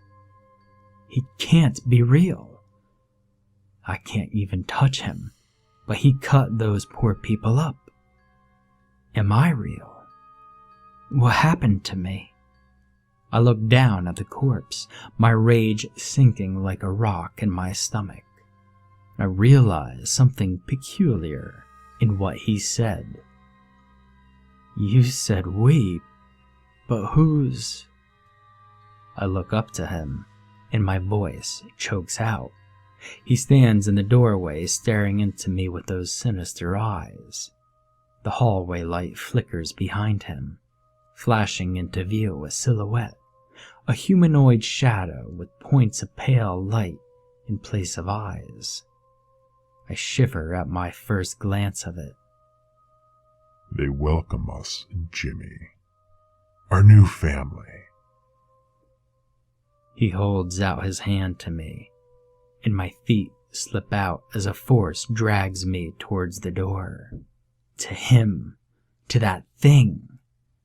I resist, clawing at the floor to get away, but still I slide closer. I yell as loud as I can, hoping by some miracle someone can hear me. I turn my head for a brief second to see everything beyond the door fading into darkness, allowing only the sight of him in perfect oblivion. And I struggle as best I can, but nothing works. In a panic, I scream again, grasping at the doorposts with both hands to keep from falling in. Their pull is too strong, however, and in seconds, they drag me through the portal. Silence and blackness greet me as the door slams shut.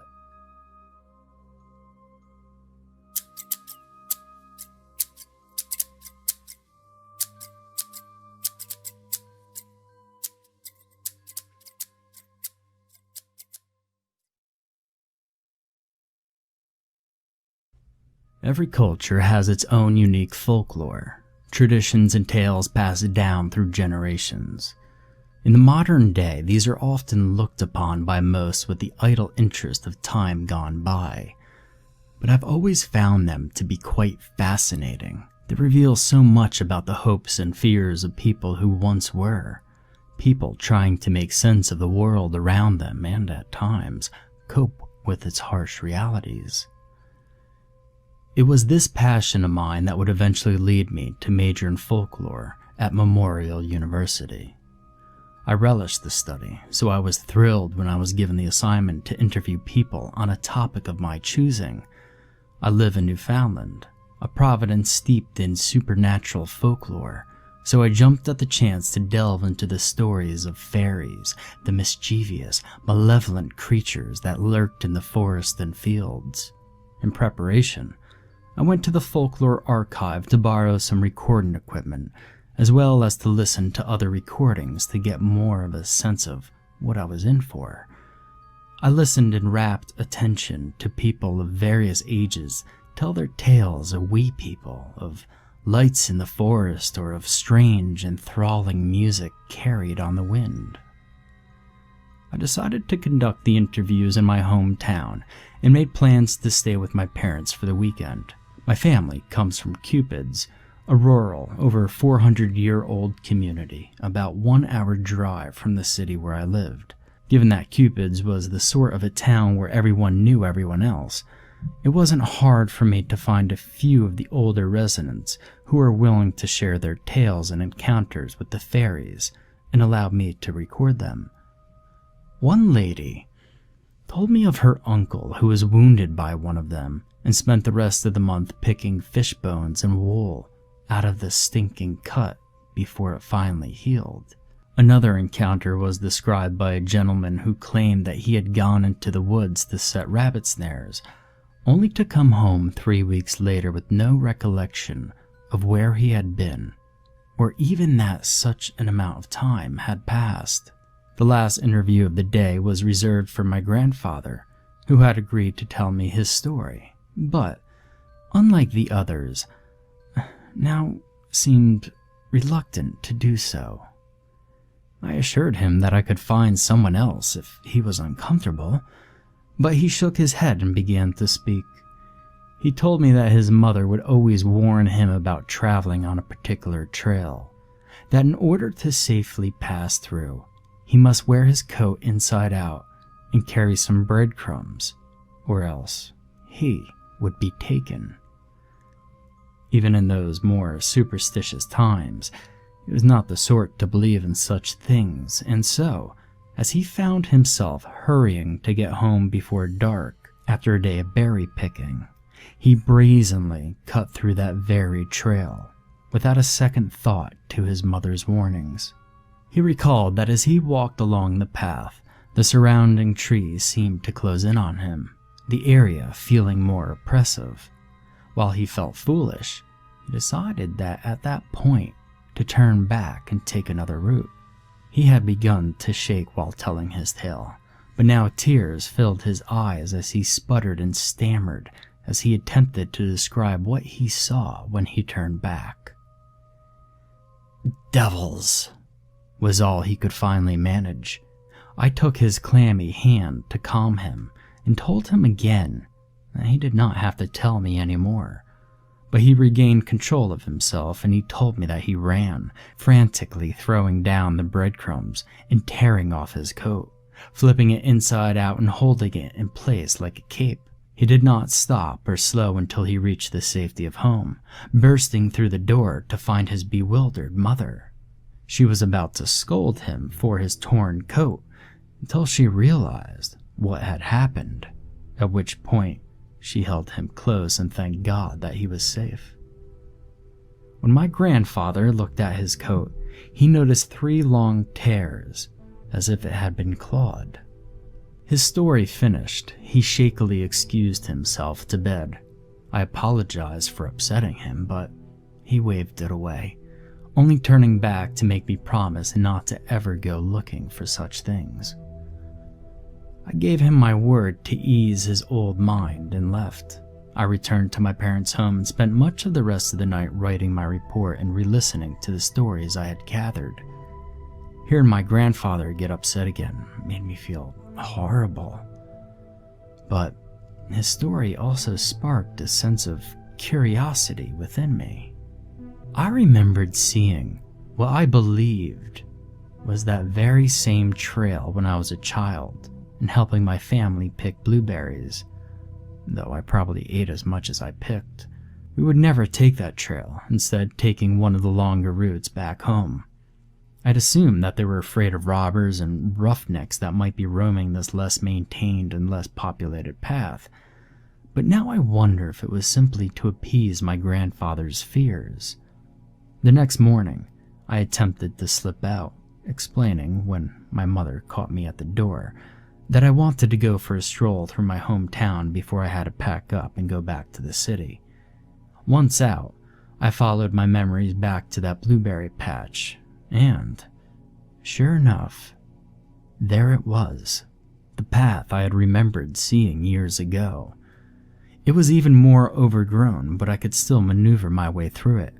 I remembered my promise to my grandfather, but my curiosity overcame it. In fact, a rush of excitement went through me as I walked the same path I was sure he had so long ago. It was difficult to explain, but the sense of stepping into the folklore was thrilling and suppressed all worry and perhaps my common sense as I proceeded in. Strangely, as I walked onwards, the overgrowth seemed to recede, as if someone had maintained the path only so far and then stopped. After passing through a ring of trees that had managed to grow in, I found myself walking on a trail that was as neatly groomed as any other in the community. My initial confusion at the change in the path was turning into disappointment, as I wondered if this was the right place after all. Perhaps some childlike part of me had hoped to see something otherworldly. This feeling was soon replaced again, now by a wary sense of being watched. I nervously increased my pace, not for fear of fairies, but of malicious people. The path remained well groomed, but the dense trees on either side made me feel as if they would swallow me. I began to sweat as I continued onwards, before a sound made me stop in my tracks. There was a low creaking sound, as if a bough were being broken. Even though everything in my being told me not to, I turned towards the sound, which was coming from the area I had just traveled. My blood ran cold at the sight that greeted my eyes. Standing there was a tall creature that looked to be made of tree bark, that creaked and groaned with every movement.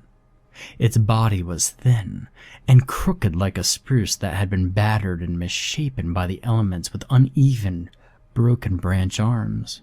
Its face was the most frightening of all, split open into a grin of splinters over which two bored holes sat as in mockery of eyes. I stood, transfixed, as a clacking noise heralded the approach of its companion, a creature on all fours, whose twisted, knotty body seemed to be made of jointed thin antlers and sinew, except for the face, which was a moose-like skull, complete with wider antlers and with eyes that looked like pearls and shone with terrible beauty. A third being appeared, forming out of the ground in front of me. It held a vaguely humanoid form, although faceless, and looked to be composed of moss and soil, though it reeked of death, and insects burrowed through it. I felt the worst sense of malice as I stared at these things. They, the fairies, ruled here and I was trespassing.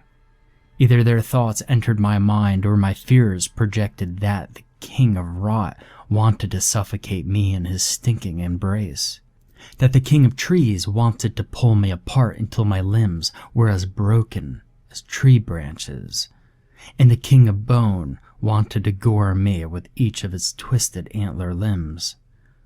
I was snapped out of my horrid trance as a malformed insect-ridden arm began reaching for me. I ran from them. I could hear the creaking and clacking and shuffling of their pursuit as I did. The path now seemed impossibly long as I sprinted, cursing my arrogance and my curiosity with every step.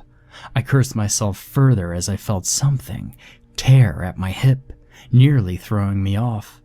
My mind spiraled into deeper panic as I felt warm liquid and a crawling sensations coming from the wound.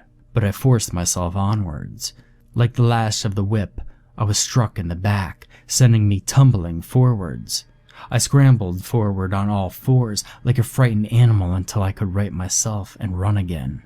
They could have easily caught me and killed me there, but they did not. I realized they were playing with me. I was their game, and they wanted to savor my torment. Gasping for breath from the strike and the fall, the pain I was becoming increasingly aware of, I thought of my grandfather's description. Devils. At that moment, I could think of no better term to describe them. The tales I had gathered had spoken to their maliciousness, but even my grandfather's tearful recount had failed to instill in me an inkling of the pure evil that lurked here, or a true belief in their existence.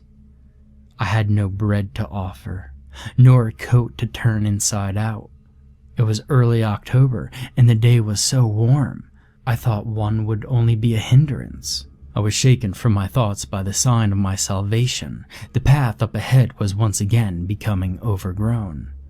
I hoped that I was reaching the boundary of their domain, and my trespass would soon be at an end. This hope was shattered as a stabbing pain pierced my side. The King of Bone would not let me go without his mark. Again, I was pitched forward, landing in the overgrowth. The nettles and roots of grass added an agony all their own to my wounded body. By some miracle, I stood up and limped slowly away, unable though I was to get a good breath of air. I stumbled through the last of the overgrowth, a step away from my freedom, when I heard a creak and a snap like a broken tree branch. I looked behind me and realized that the King of Trees had my arm and was holding it at an impossible angle. My fear left me, as did my senses, as I slipped from his grip and fell the remaining distance out of the trail. I thought I heard laughter that was soon replaced by the voices of men. I awoke in a hospital bed, surrounded by the worried faces of my parents and my grandparents. My mother, seeing me awake, burst into fresh tears. She told me that I was in the Carbonear General Hospital, and that I had been attacked by a moose. I was seen falling out of the woods by some locals and rushed to the nearest hospital. She broke off at the thought of what might have happened if they had not seen me, and was led out of the room by my father, who himself was holding back tears, but still suggested that they step out and let me rest. My grandfather suggested that my grandmother should do the same, and, after a quizzical look, she left too, leaving us alone. I attempted to shift in my bed to look at my grandfather, but was held in place by a sudden awareness of a terrible pain. I glanced down at the cast on my arm, and then back up to my grandfather, who moved to my side that he could speak quietly to me. "They can't seem to keep the wounds clean," he said after a moment of silence. "They keep finding bone fragments and splinters and dirt."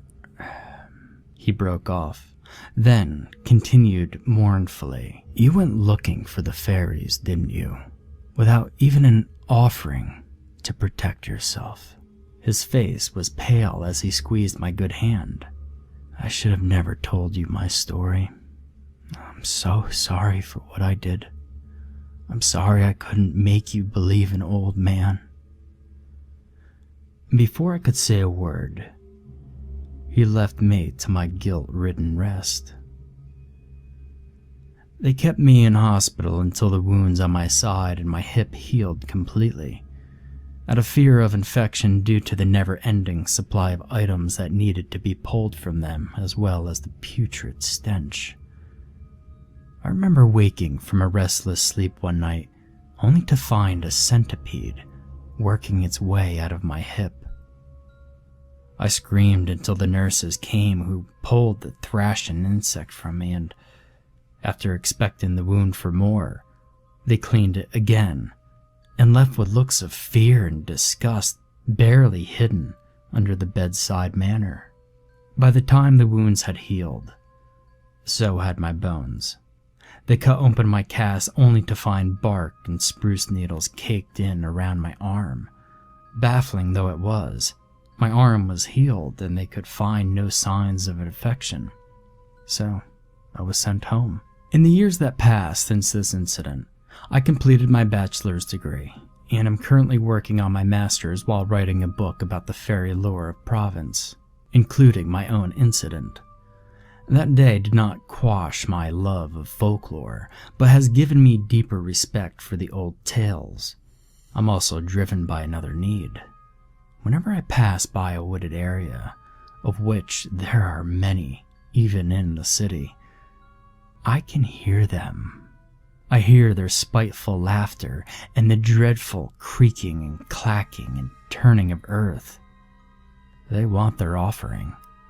After so many years, they want payment for my life that goes beyond a handful of breadcrumbs or a coat worn wrong side out. I'm supplying this payment by telling my story, their stories, and honoring them here and in my book. I could only hope it will appease them, as the sites of my wounds continue to itch, and I often find clumps of spruce needles, moss, and bone waiting at my door.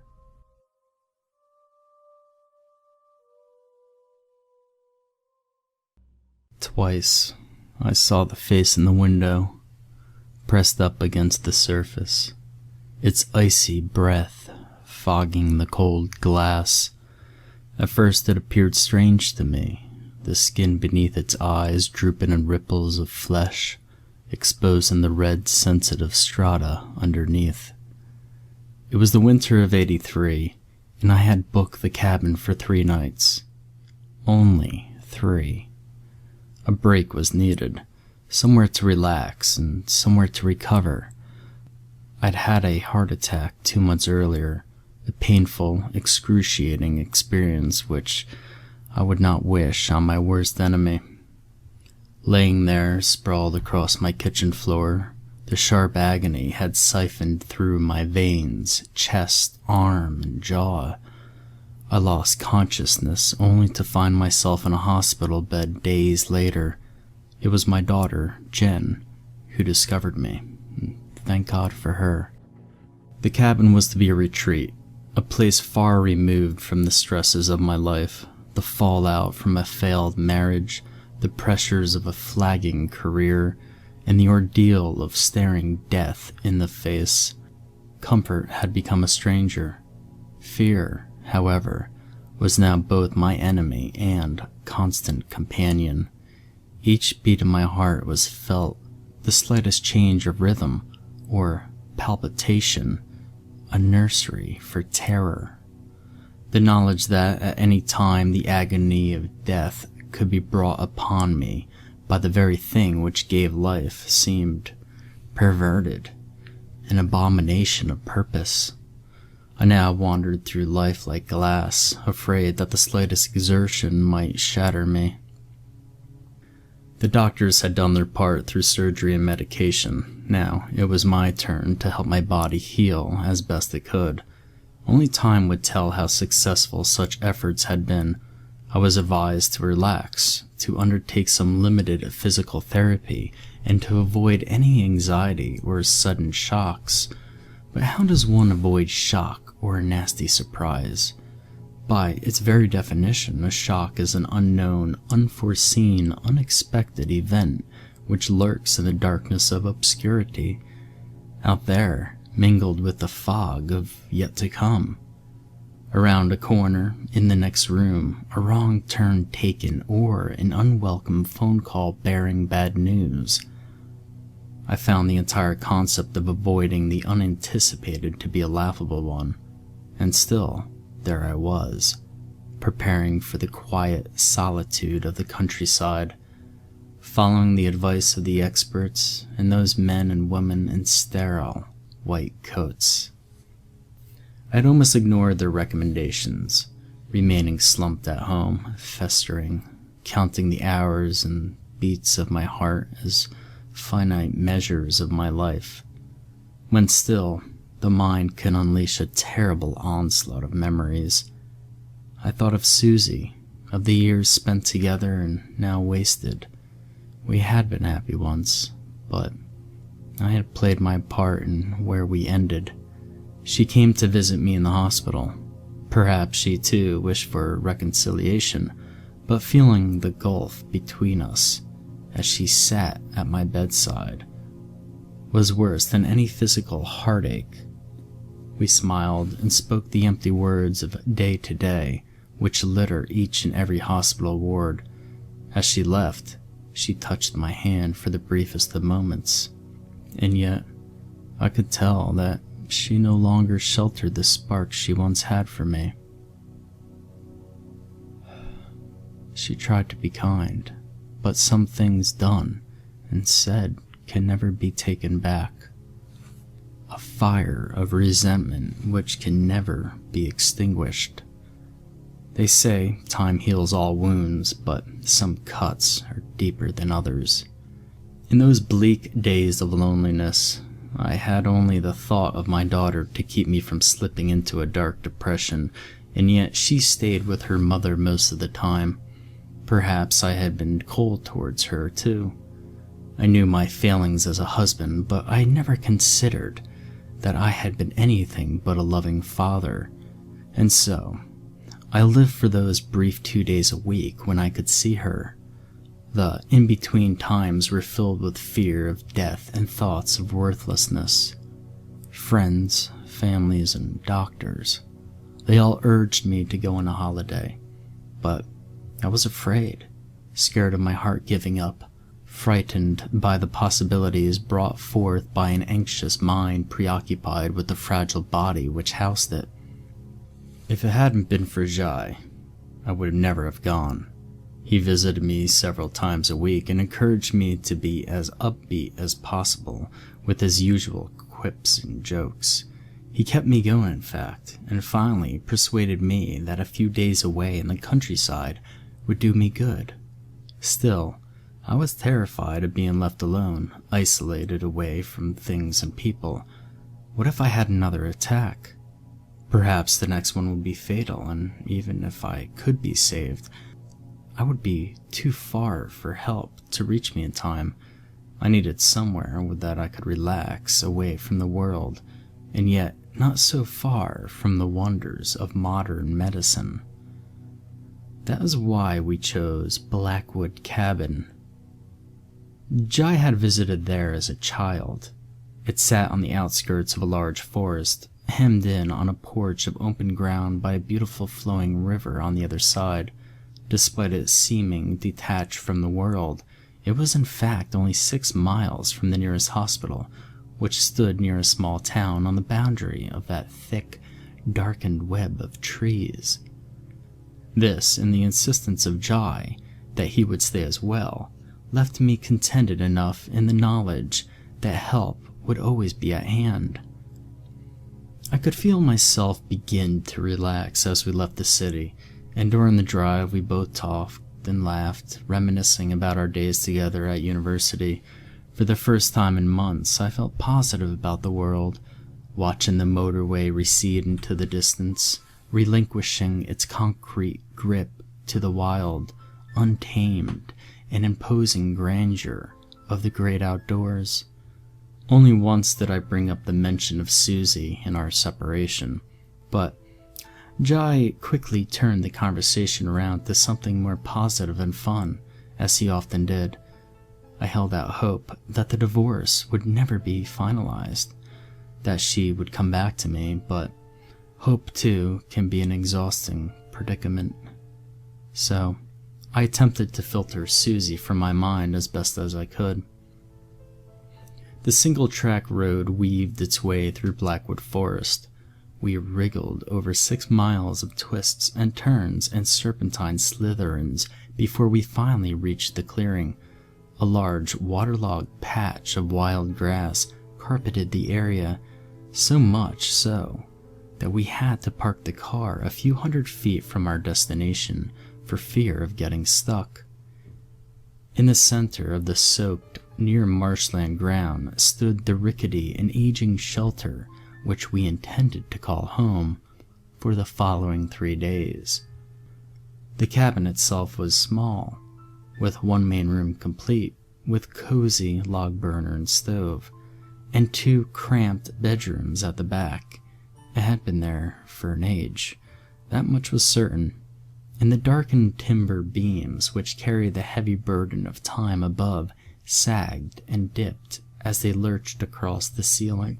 The smell of moss and bark swathed the air, and the sound of flowing river on the other side of the cabin bubbled and brewed, peaceful, serene, yet mysterious. The first day was uneventful, exactly what I needed, relaxing with a book in front of 3 large logs smoldering in the fire, and spending a little while sitting on the steps to the cabin, watching the river swell and swarm with the winter currents. It was then that I understood the naming of the place. Peering out across the bobbled grass to the tree line, the forest seemed picturesque yet impenetrable from distance, and the clearing where the cabin sat provided only a temporary pause to its encroachment before it once again continued to blanket the land on the other side of the river.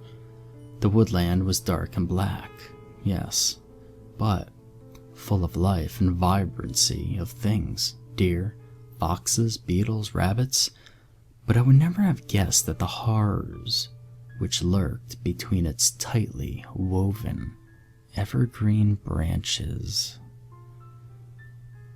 Many tourist traps survive on tales of ghosts and ghouls hidden somewhere nearby, stories exaggerated by pub landlords or hotel managers, speaking of rooms where something ominous walks at the midnight hour.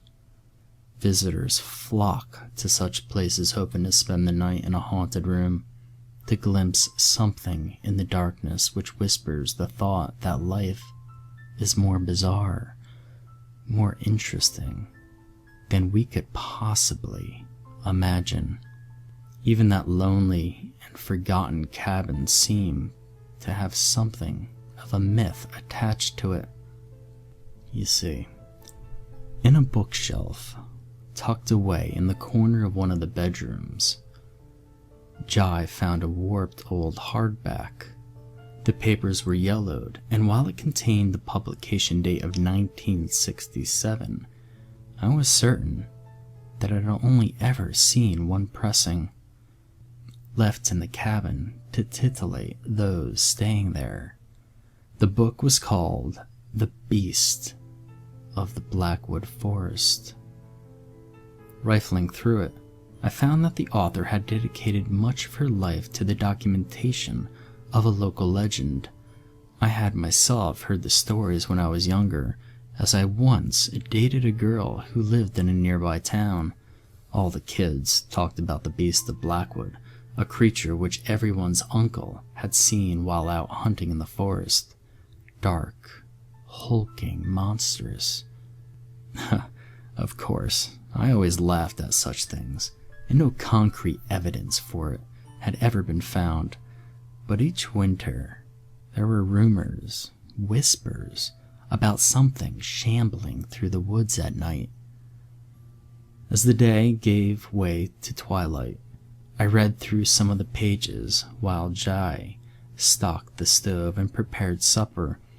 Although I discarded the legend as nonsense, I found the book quite compelling, and the eyewitness testimonies contained therein affected me enough to cause me to see something which wasn't there. Shadows moving outside under the cloak of dusk. I began to feel my heart once more and decided that it was best to leave the terrors of the horror genre, fact and fiction, behind. My mind was still fraught with the strain of Susie leaving me, and the fear of the slightest palpitation signaling another heart attack. So accounts of terrifying creature preying on those in my immediate vicinity, no matter how prosperous, were not suitable for a fragile disposition. The clean country air, on the other hand, was doing me the world of good.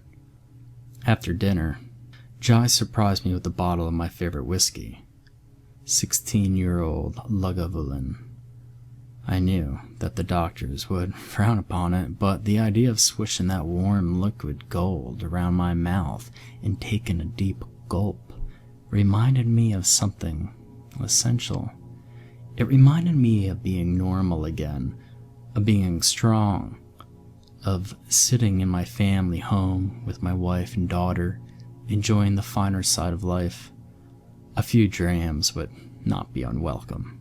We talked and laughed about the past while playing cards and enjoying again, reliving old adventures we had traveling together during our university summers with the old gang.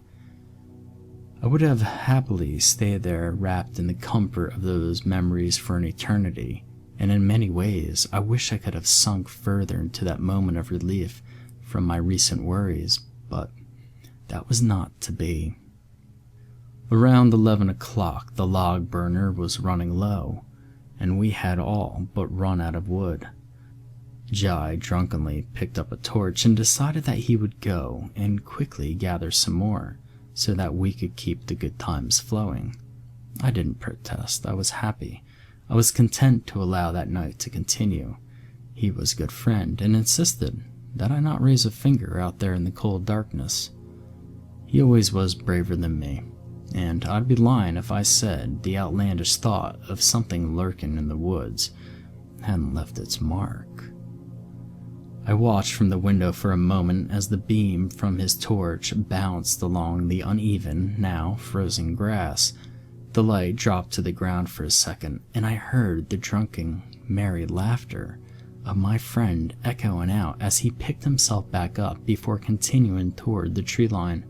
Smiling, I returned to my book of choice, flicking through a few pages of an Ellery Queen detective novel, less dangerous than the previous read. After about 15 minutes, I realized how truly silent the cabin was. No noise, no wind, no sounds of life or the living.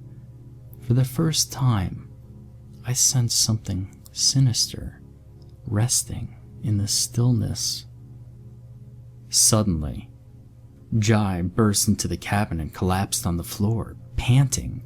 He turned to the door and kicked it shut with his heels frantically, his eyes wide and panicked, disbelieving. Scrambled back to his feet, he turned a small table on its end and wedged it against the skin of the aging wood under the handle. "Help me, for Christ's sake," he whispered anxiously. I stood up quickly and rushed to my friend's aid, helping him pack furniture, anything with weight, against the door. It was the first time since the heart attack that I had physically exerted myself, and it would not be the last. I felt the blood pump through my chest and momentarily quivered at the sensation. I tried to find out what had happened, but Jai was exhausted and distraught. A shiny streak of sweat ran down his cheek as he wheezed and gasped for air. He flicked the light switch, smothering us in a darkness which was only broken by a crescent moon hanging in the sky outside, its slivered light vaguely illuminating the inside of the cabin. Prowling the window which gazed out toward the forest, his stare never broke for a moment from the frozen world outside. We stood there, my repeated questions going unanswered, and slowly my fragility returned. I rubbed my chest for a moment as my friend's anxiety seemed to spread to me. My heart raced, and my mind swung like a pendulum between the fear of an agonizing heart attack and the terror etched on Jai's face. Just what had scared him so badly? I breathed deeply to calm myself, but Jai took no notice. He was too fixated on the darkness outside. It was only when I poured him a large whiskey that he finally broke his silence. I've never been frightened of words, but my friends certainly shook me. There's something out there.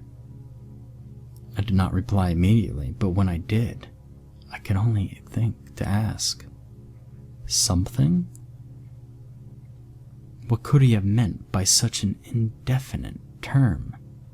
There were no bears in that part of the country, no large predators at all. But it did indeed seem that Jai had seen something big in the woods. He had been gathering wood for the stove around the tree line of the forest, and as he described, standing there, listening to a short flurry of rain tap the canopy above him, I could see the fear grip his insides as it did mine. My heart began to pound harder as Jai stuttered over the words. I saw it moving between the trees, straight for me. I didn't look back, but I'm telling you, it wasn't human. I knew my friend was convinced by what he said, but while I dismissed the notion of an unknown creature stalking the woods outside, and perhaps in the attempt, hid the descriptions from the yellowed pages of the book which had etched into my mind, I very much did entertain the idea that there was someone out there, someone dangerous, mad, or perhaps both. My pulse continued to race, and I could feel my heart beating wildly at the thought of a shadowy figure prowling around outside, watching us, waiting.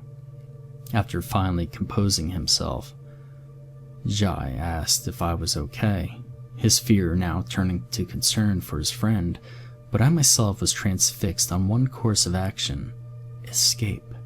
I rushed over to the cabin's phone, but on picking up the receiver, I was greeted by an icy silence. The line was dead. And what that still, lifeless receiver said about the unseen threat I was sure we now faced was enough to thrust dread into my very soul. I stood there for a moment, desperately trying to formulate a course of action. That serene, peaceful place in the daytime now felt imposing and absent of mercy. I just wanted to go home. Jai motioned for me, and then pointed with shaking hand at the darkness outside. It was then that he let out a suffocated whisper. "It's there." Looking out into the moonlit night, I saw nothing at first, but as my eyes adjusted to the darkened landscape outside, I finally saw it. Deep down, I had hoped that Jai had simply drunk too much and spooked himself while out there, but now, any dream of a simple and harmless explanation was extinguished. Someone was standing amongst the trees, just standing and looking, bathed in darkness. It was difficult to make out any detail. All I could see was an outline, the outline of a stooped and hunched figure, its arms wrapped around a tree as if steadying itself. I could not be sure, but it felt as though its stare was firmly transfixed on our cabin, our rickety shelter for the night, which had no doubt seen many winters there before, and perhaps even encountered whoever or whatever was looking at us from across the sodden stretch of icy marsh which surrounded us. Who is that?" I stammered. "Keep your voice down," Jai snapped in return, and so we whispered, and spoke of the hunched figure standing only a few hundred feet from us. "It's not a man," Jai kept saying, but I continued in my attempts to dissuade him from that conclusion. "I saw it through the trees. It moved in a weird way, limping, like it was off balance or deformed or something, but it moved fast. I have no idea how I made it back. Maybe it won't leave the trees." His eyes widened, and it was clear that a revelation had sprung forth from his mind. He turned suddenly, walking across the room to a table where I had left those yellowed pages which spoke of a strange creature living in the woods. Jai thumbed through them, shielding the light from his torch as best as he could with his hand, as I watched him scan through the contents and flick to what he seemed so animated about. I almost laughed at the insinuation. It's a man, Jai. Just someone messing with us. But he was convinced otherwise. Look at this, he said, following the text with his finger as he read. Accounts have varied over the centuries, but a central element to the myth states that the beast the Blackwood only wanders from the forest late at night. It has been suggested that the creature uses the thick canopy as protection during daylight hours. Locals claim that it is entirely nocturnal. There's no such thing as the beast. I could feel my pulse thickening as my blood pressure increased at the idea, so much so that I had to sit for a moment to allow my heart to recover its normal beat. Are you okay? I'll be fine. Let's just wait until it gets light and we can leave. Are you crazy? You didn't see that thing up close. It's huge and quick. If it wants to get in here, it will. So, there's a weirdo in the woods. He can't wait us out all night anyway. He's probably just a hunter or someone camping in the forest. He'll be harmless. I listened to the words exit my mouth. Even I didn't believe them. There was something about the place, a silence, deathly icy, a sickly sense of dread hanging in the air, hidden between the bark and the moss. Jai turned to look outside to the grassland which edged toward our car, sleeping in the night chill between us and the brooding forest. We need to leave, or you could stay here and I'll get the police. Either way, I'm going. He turned to look at me sternly. Which would you prefer? I might not have been convinced that it had been an unknown creature that had stalked him through the woods, but by God, I didn't want to stay in that cabin alone. I threw my stuff in a bag, as Jai did the same, each of us grabbing a knife from the kitchen for protection, and there we stood, looking at the door, a pile of furniture wedged behind it. We dismantled our makeshift barricade as quietly as we could, and then, brandishing our kitchen knives nervously, slowly opened the door. It creaked softly, sucking in the night air which felt cold and bitter, and revealed a slow patter of light rain threatening something greater from the heavens. Jai poked his head out first, and then after a brief silence waved me on. We descended the dozen or so steps which led down onto the grass, and as we peered around the corner, we could see our ticket home. The car was parked a few hundred feet from where we stood, nestled in the last piece of dirt track, which would give way to road, and then the safe embrace of home, if we made it. It would take a minute or so to reach, but with knowledge of the figure in the forest lurking around somewhere nearby, it seemed like an eternity away. I slung the strap of my bag over my shoulder, and Jai, mindful of my condition, headed towards the car first. Keep looking around, he urged me with a whisper. The waterlogged grass squelched underfoot, and the rain began to grow more angered as we stepped tentatively toward the safety of the car. We tried to be as quiet as possible, but even in the moonlight, we had to use our torches to see what was ahead of us, advertising our position to anyone or anything in the vicinity. I kept looking out toward the forest, the tree line, the thickening river behind me, but I could see nothing, nor could I hear anything but the raindrops, which now battered against the car and splattered on my hood. Then Jai suddenly stopped.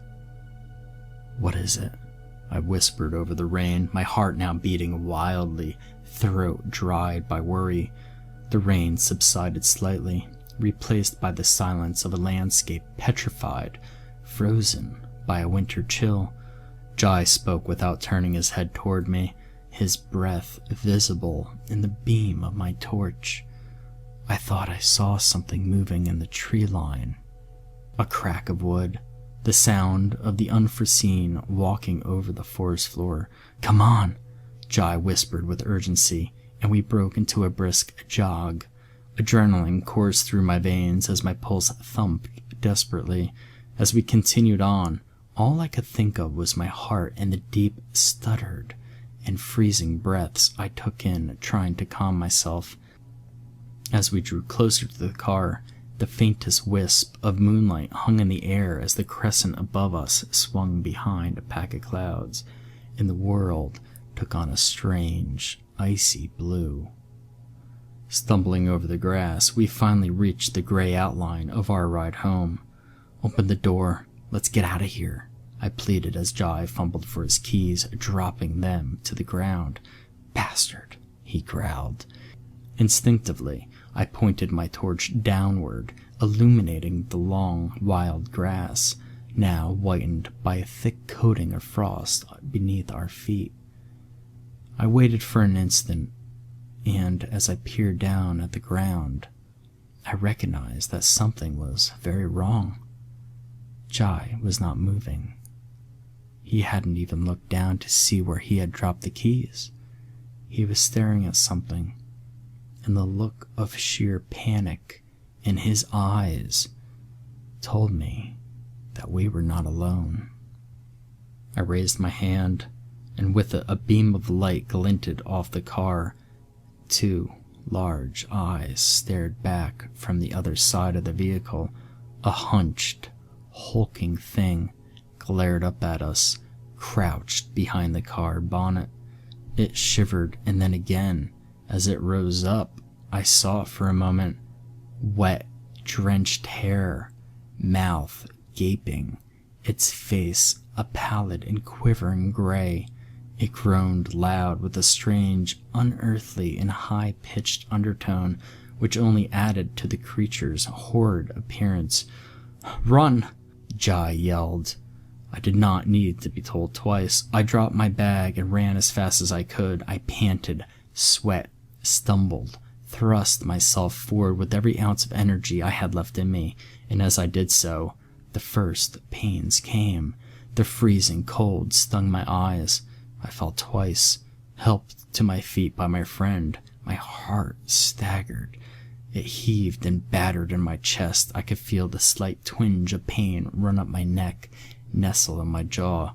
My chest tightened. I cried in terror. This was a heart attack. I yelled out, "Help!" But all I could hear was Jai running behind me, screaming for me to move faster. "Keep going and don't look back." As the cabin came into touching distance, I heard the heartbreaking absence of my friend's footsteps. I knew Jai, all those years, as close as we were. He was always the brave one. Something I had at times been jealous of, the one stubborn enough to stand up to anything. I understood implicitly that he was buying me time. A selfless gesture, which helped me make it to the steps, scrambling up them only to turn and see him staring the creature down, face to face, the beast shrouded in shards of night. As its hulking mass lunged toward him, a searing pain ran up my neck from my chest. I collapsed to the ground, but he needed me, and whatever life was left in my failing body, I was compelled to use to help him. Staggering to my feet, the night air stinging my lungs, I lurched forward, clutching my chest, ready to strike the beast with everything I had left. Before I could assist, Jai appeared from the darkness, grabbed my arm, and threw me into the cabin. He frantically barricaded the door once more. We slumped to the floor, breathless, deciding to keep the lights out, and listened, shuffling in the darkness, but nothing more. The pain in my chest had subsided slightly. It was clear that the heart attack had begun, but when it would end seemed uncertain. What was that thing? I asked between gasps. I don't know, but it wasn't human, said Jai solemnly, before showing me the knife he had used during the fight, now covered in a putrid black liquid. I don't think even this hurt it much. This is crazy. What do we do now? I don't know. I just don't know. And so, we waited and waited, but the pain in my chest grew steadily, my breath more erratic. I took my pills, but I knew that the old enemy had returned, and that I needed more than something to calm my nerves.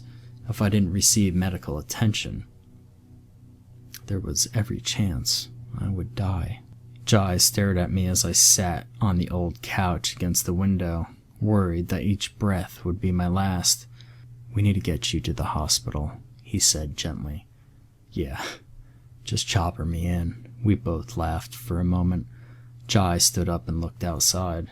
He seemed reluctant at first, and no wonder considering what lurked outside, but his concern for me appeared to slowly drown out his fear.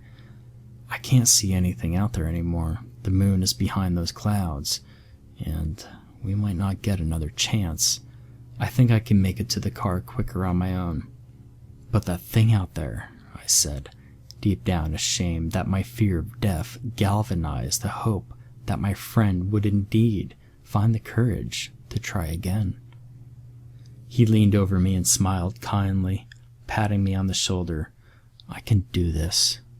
It's pitch black out there. You'd need to use a torch, and then it would see you, I said, wincing once more at the growing pain in my chest. I'll flash it on and off. That way, it won't know where I am. Maybe it'll get confused. I don't know. He clenched the torch tightly, while looking at the kitchen knife in his other hand. Hopefully that'll give me enough time to see what's in front of me and head for the car. The keys should still be where I dropped them. Jai, please wait until morning, I asked, but as my friend looked at me clenching my chest, I knew he had already made up his mind, and part of me was glad for the hope his bravery provided. Barricade the door as soon as I'm out. Okay, I said, trying to hold back tears of both pain and worry for my friend's life. He gave me a hug, and then he was gone. I closed the door and bolstered it once more with anything I could find before pulling myself back up to the couch and looking outside. At first, I could see nothing but the black stillness of the forest, then a blast of light, then another and another as Jai's torch sporadically burst into life. Each flash illuminated the landscape around him like a ghostly photograph documenting his progress toward the car. I could see what he was doing, and smiled to myself for a moment, once more impressed by his ingenuity. He wasn't moving in a straight line, but zigzagging, so that his path could not be anticipated. Another flash, and another. Each time, no sign of the creature, and one more precious movement closer to the car. Grass, tree, an ominous wilderness of darkness, another flash, another patch of grass. He was so close. Then, the intermittent light became erratic, moving one away, then another, backwards, left, right. Was he lost? Was he unsure which direction the car was in? A more horrific thought then entered my mind. Was he being chased? A flash of light, nothing, then another, nothing again. Finally, the light beamed. He'd made it to the car. The light was quickly extinguished, followed by the sound of the door opening. One last flash of the torch. The isolated outline of a hunched figure standing behind my friend. A blood-curdling scream. Then nothing. Jai was gone. The beast had got him, and I was alone. Grief now mingled with fear, feeding the pains in my chest and arm. My friend was most probably dead, and I was certain that I would soon to follow him. I fell to my knees, sure that it was the end. Agony ran up my chest once more. There, I knelt in the darkness alone, resigned to my death. But as my heart slowed, my thoughts became clear. They turned to my daughter. Whether a good dad or not, I would be damned if I was going to leave her fatherless. And what of Susie? I still loved her, and perhaps in those sweet memories of better times between us I could fix things, bring us back together as a family. She could learn to love me again, and I would set things right. My heart still beat, and as long as it did, there was time left for hope, for escape, and for life. But time to do what? The phone was dead, and all I could wait for was daylight. Yet, there was at least 3 hours away, and I severely doubted I would last that long. Never mind that I was unsure that the cabin door could survive an attack from whatever that hulking creature was which lurked outside. I peered out through the window, the rain lashing down once more, obscuring an already ill-defined exterior world, and still I was certain I could see something limping around in the darkness. As glints of moonlight pierced through the charcoal clouds above, I was sure that the attacker was still out there somewhere, pacing, circling, and waiting. But what was it? Was it a man? Or a thing yet to be discovered by science? I did not know where to turn, but all I could think of was getting home to my family. The hopeful, warm embrace of Susie and my daughter was enough to fuel my search for a way out. My only refuge was the book, that volume which I had mocked so readily before. I had to now consider the possibility that my dear friend and I had come into contact with the beast of Blackwood. At the start of the day, that idea would have seemed ridiculous, but fear opens the mind quickly to any avenue of escape. I sat at the table and used the light from my torch to illuminate the pages, still shielding it from the outside. What I read intrigued me. The creature had been described since the 1700s, and there was even the suggestion that it had been seen before that, as there was references to the Grey Man of Blackwood Forest and fragmented accounts from centuries earlier.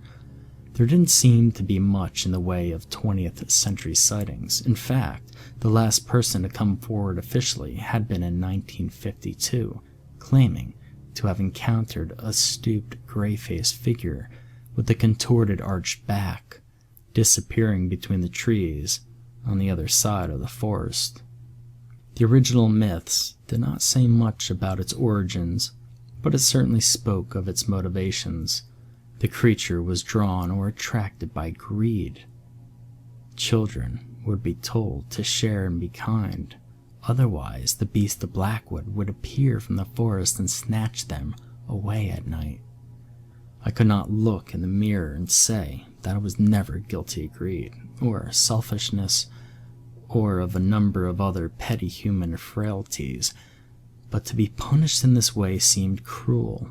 A dying prisoner trapped in the cabin of Blackwood Forest, returning to the book, the only supposed protection against the creature was light, or being a person without selfish frailty. In centuries gone by, villagers in the local area would line the paths through the forest with burning torches when the beast had been sighted, to ward it away from unwary travelers. Thud, thud, thud. Each thump sent waves of terror through my body. It was not my heart, but someone at the door. Thud, thud, thud. I hoped beyond hope that my friend had once again managed to evade the creature's grasp. Brandishing a kitchen knife, I hobbled to the door and plucked up the courage to shout, "Jai, is that you?" I prayed that it was, but the answer I was given was not the voice of one of my oldest friends, nor was it even that of a man, but the shrill cry of something utterly inhuman. A sound which spoke of time and age, and of moss and dank forest. A childlike shriek of unspeakable purpose. The door shook violently as I piled more chairs, pots, anything I could find behind the wooden barrier. The pounding was loud and angered, and the cries continued. I clutched my ears in despair. Then I remembered the light, the torches of old warding the beast away. I flicked the switch, and the porch light came on outside. Another cry echoed out across the empty landscape, and at that, the thudding stopped. I quickly turned on all the lights in the house, now realizing the creature's weakness. I wasn't sure if I would last, but if I could just make it till dawn, maybe the sun would save me. Then, I heard it. The sound of something moving, shuffling, climbing. I stood paralyzed at the realization. It came from my bedroom. The beast had gotten in. Attracted no doubt by any greed and selfishness I had harbored throughout my life.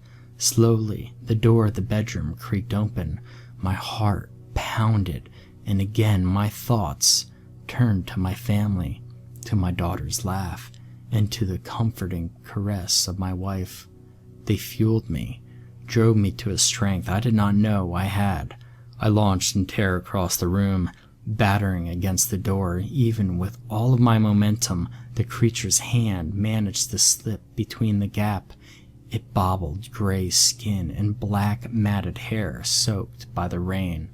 I swung with the knife, only to miss its arm. The beast seemed to hesitate for a moment, and as it did, I shoved my hand through the gap in the door and flicked on the light in the room. A howl of pain, and then nothing. I gasped for air and rested against the door for a time before I finally plucked up the courage to look inside. A window lay wide open, but the room was empty. I closed the window and staggered back into the main room. My heart raced, and while I fought to stay on my feet, a sweeping pain arched up through my back and needled into my chest, knocking the wind out of me. I felt like I was going to pass out and stumbled forward, landing on the couch. I breathed slow and deep. Not yet, please, God, not yet. The cabin remained eerily quiet, and in that silence sat the memories of better times, of my daughter playing as a child, of traveling with Jai in our 20s, of Susie's smile. I don't know how long I lay there, but I knew that soon my body would give up.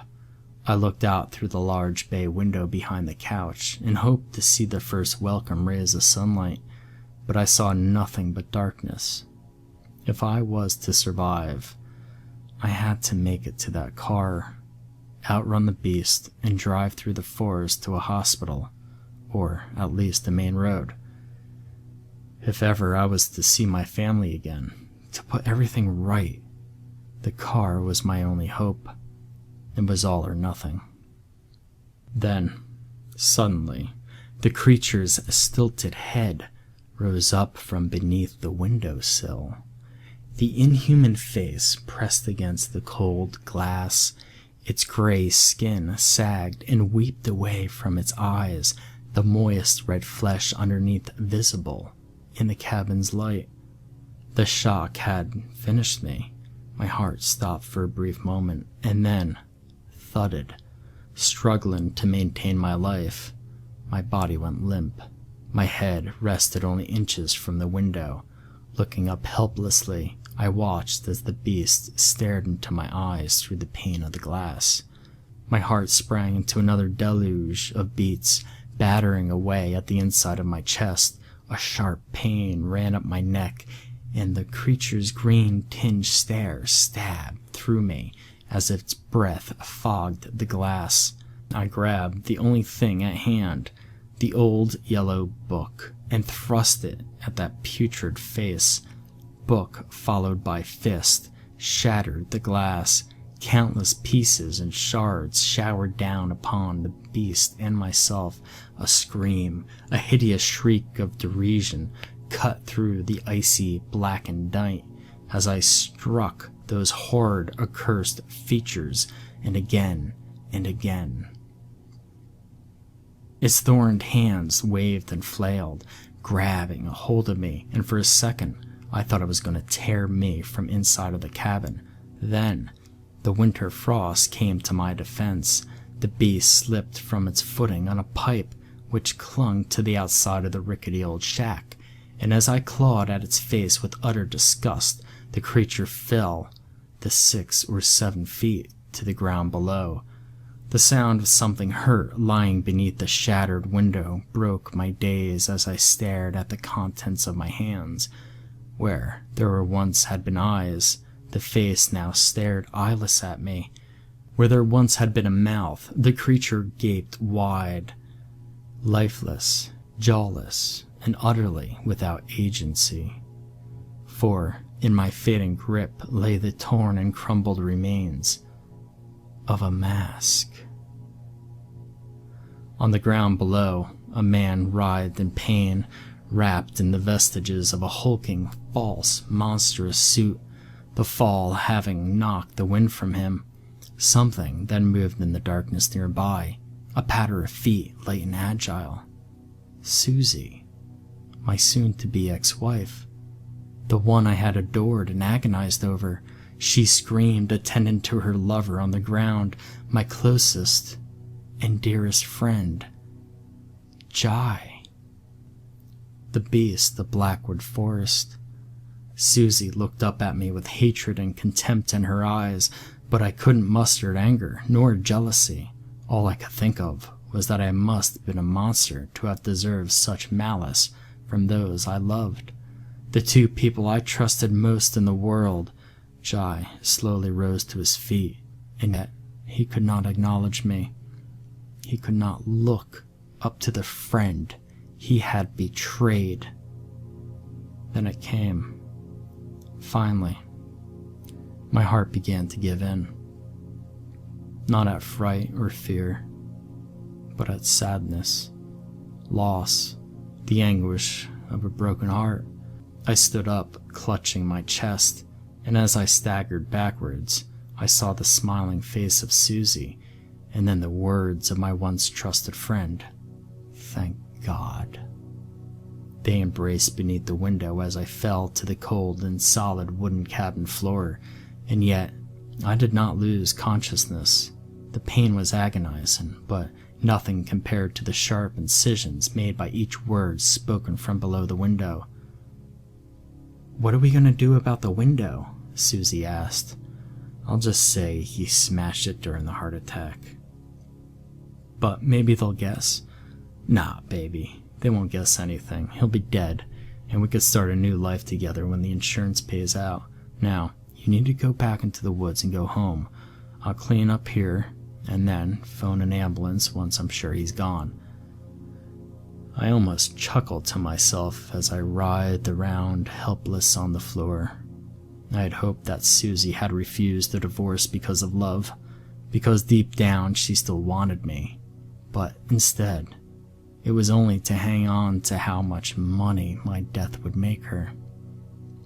For a while, I heard Jai slip and swear as he attempted to climb the broken window once more, but each time he failed to pull himself inside.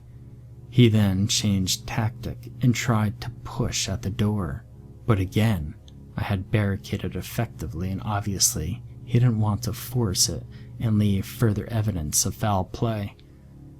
It was then that he started shouting in anger, even cursing my name of all things.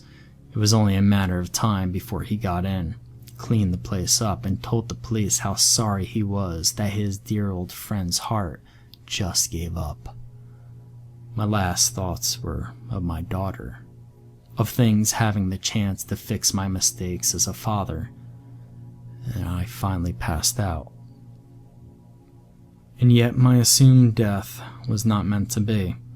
I woke to find myself in the white glow of a hospital room, my hand held tightly by my daughter, who slept in a chair next to my bed. The doctor who attended to me said that I had suffered another heart attack, but one which was not as severe as the last, and that, while I was to take it easy, with some therapy, I would recover. The police were keen to speak with me. I gave them my account of what had occurred, and they in turn told me of all they knew. My unconscious body had been discovered next to a main road just outside of Blackwood Forest, on the outskirts of the nearest town. The cabin was thoroughly searched, and was found in the same condition as I had left it, the window smashed and the front door locked and barricaded from the inside. There was no trace of Jai or my wife. They simply could not be found. The only evidence that they had ever been there were their footprints in the mud around the cabin, accompanied by a third, much larger set, which led back deep into Blackwood Forest.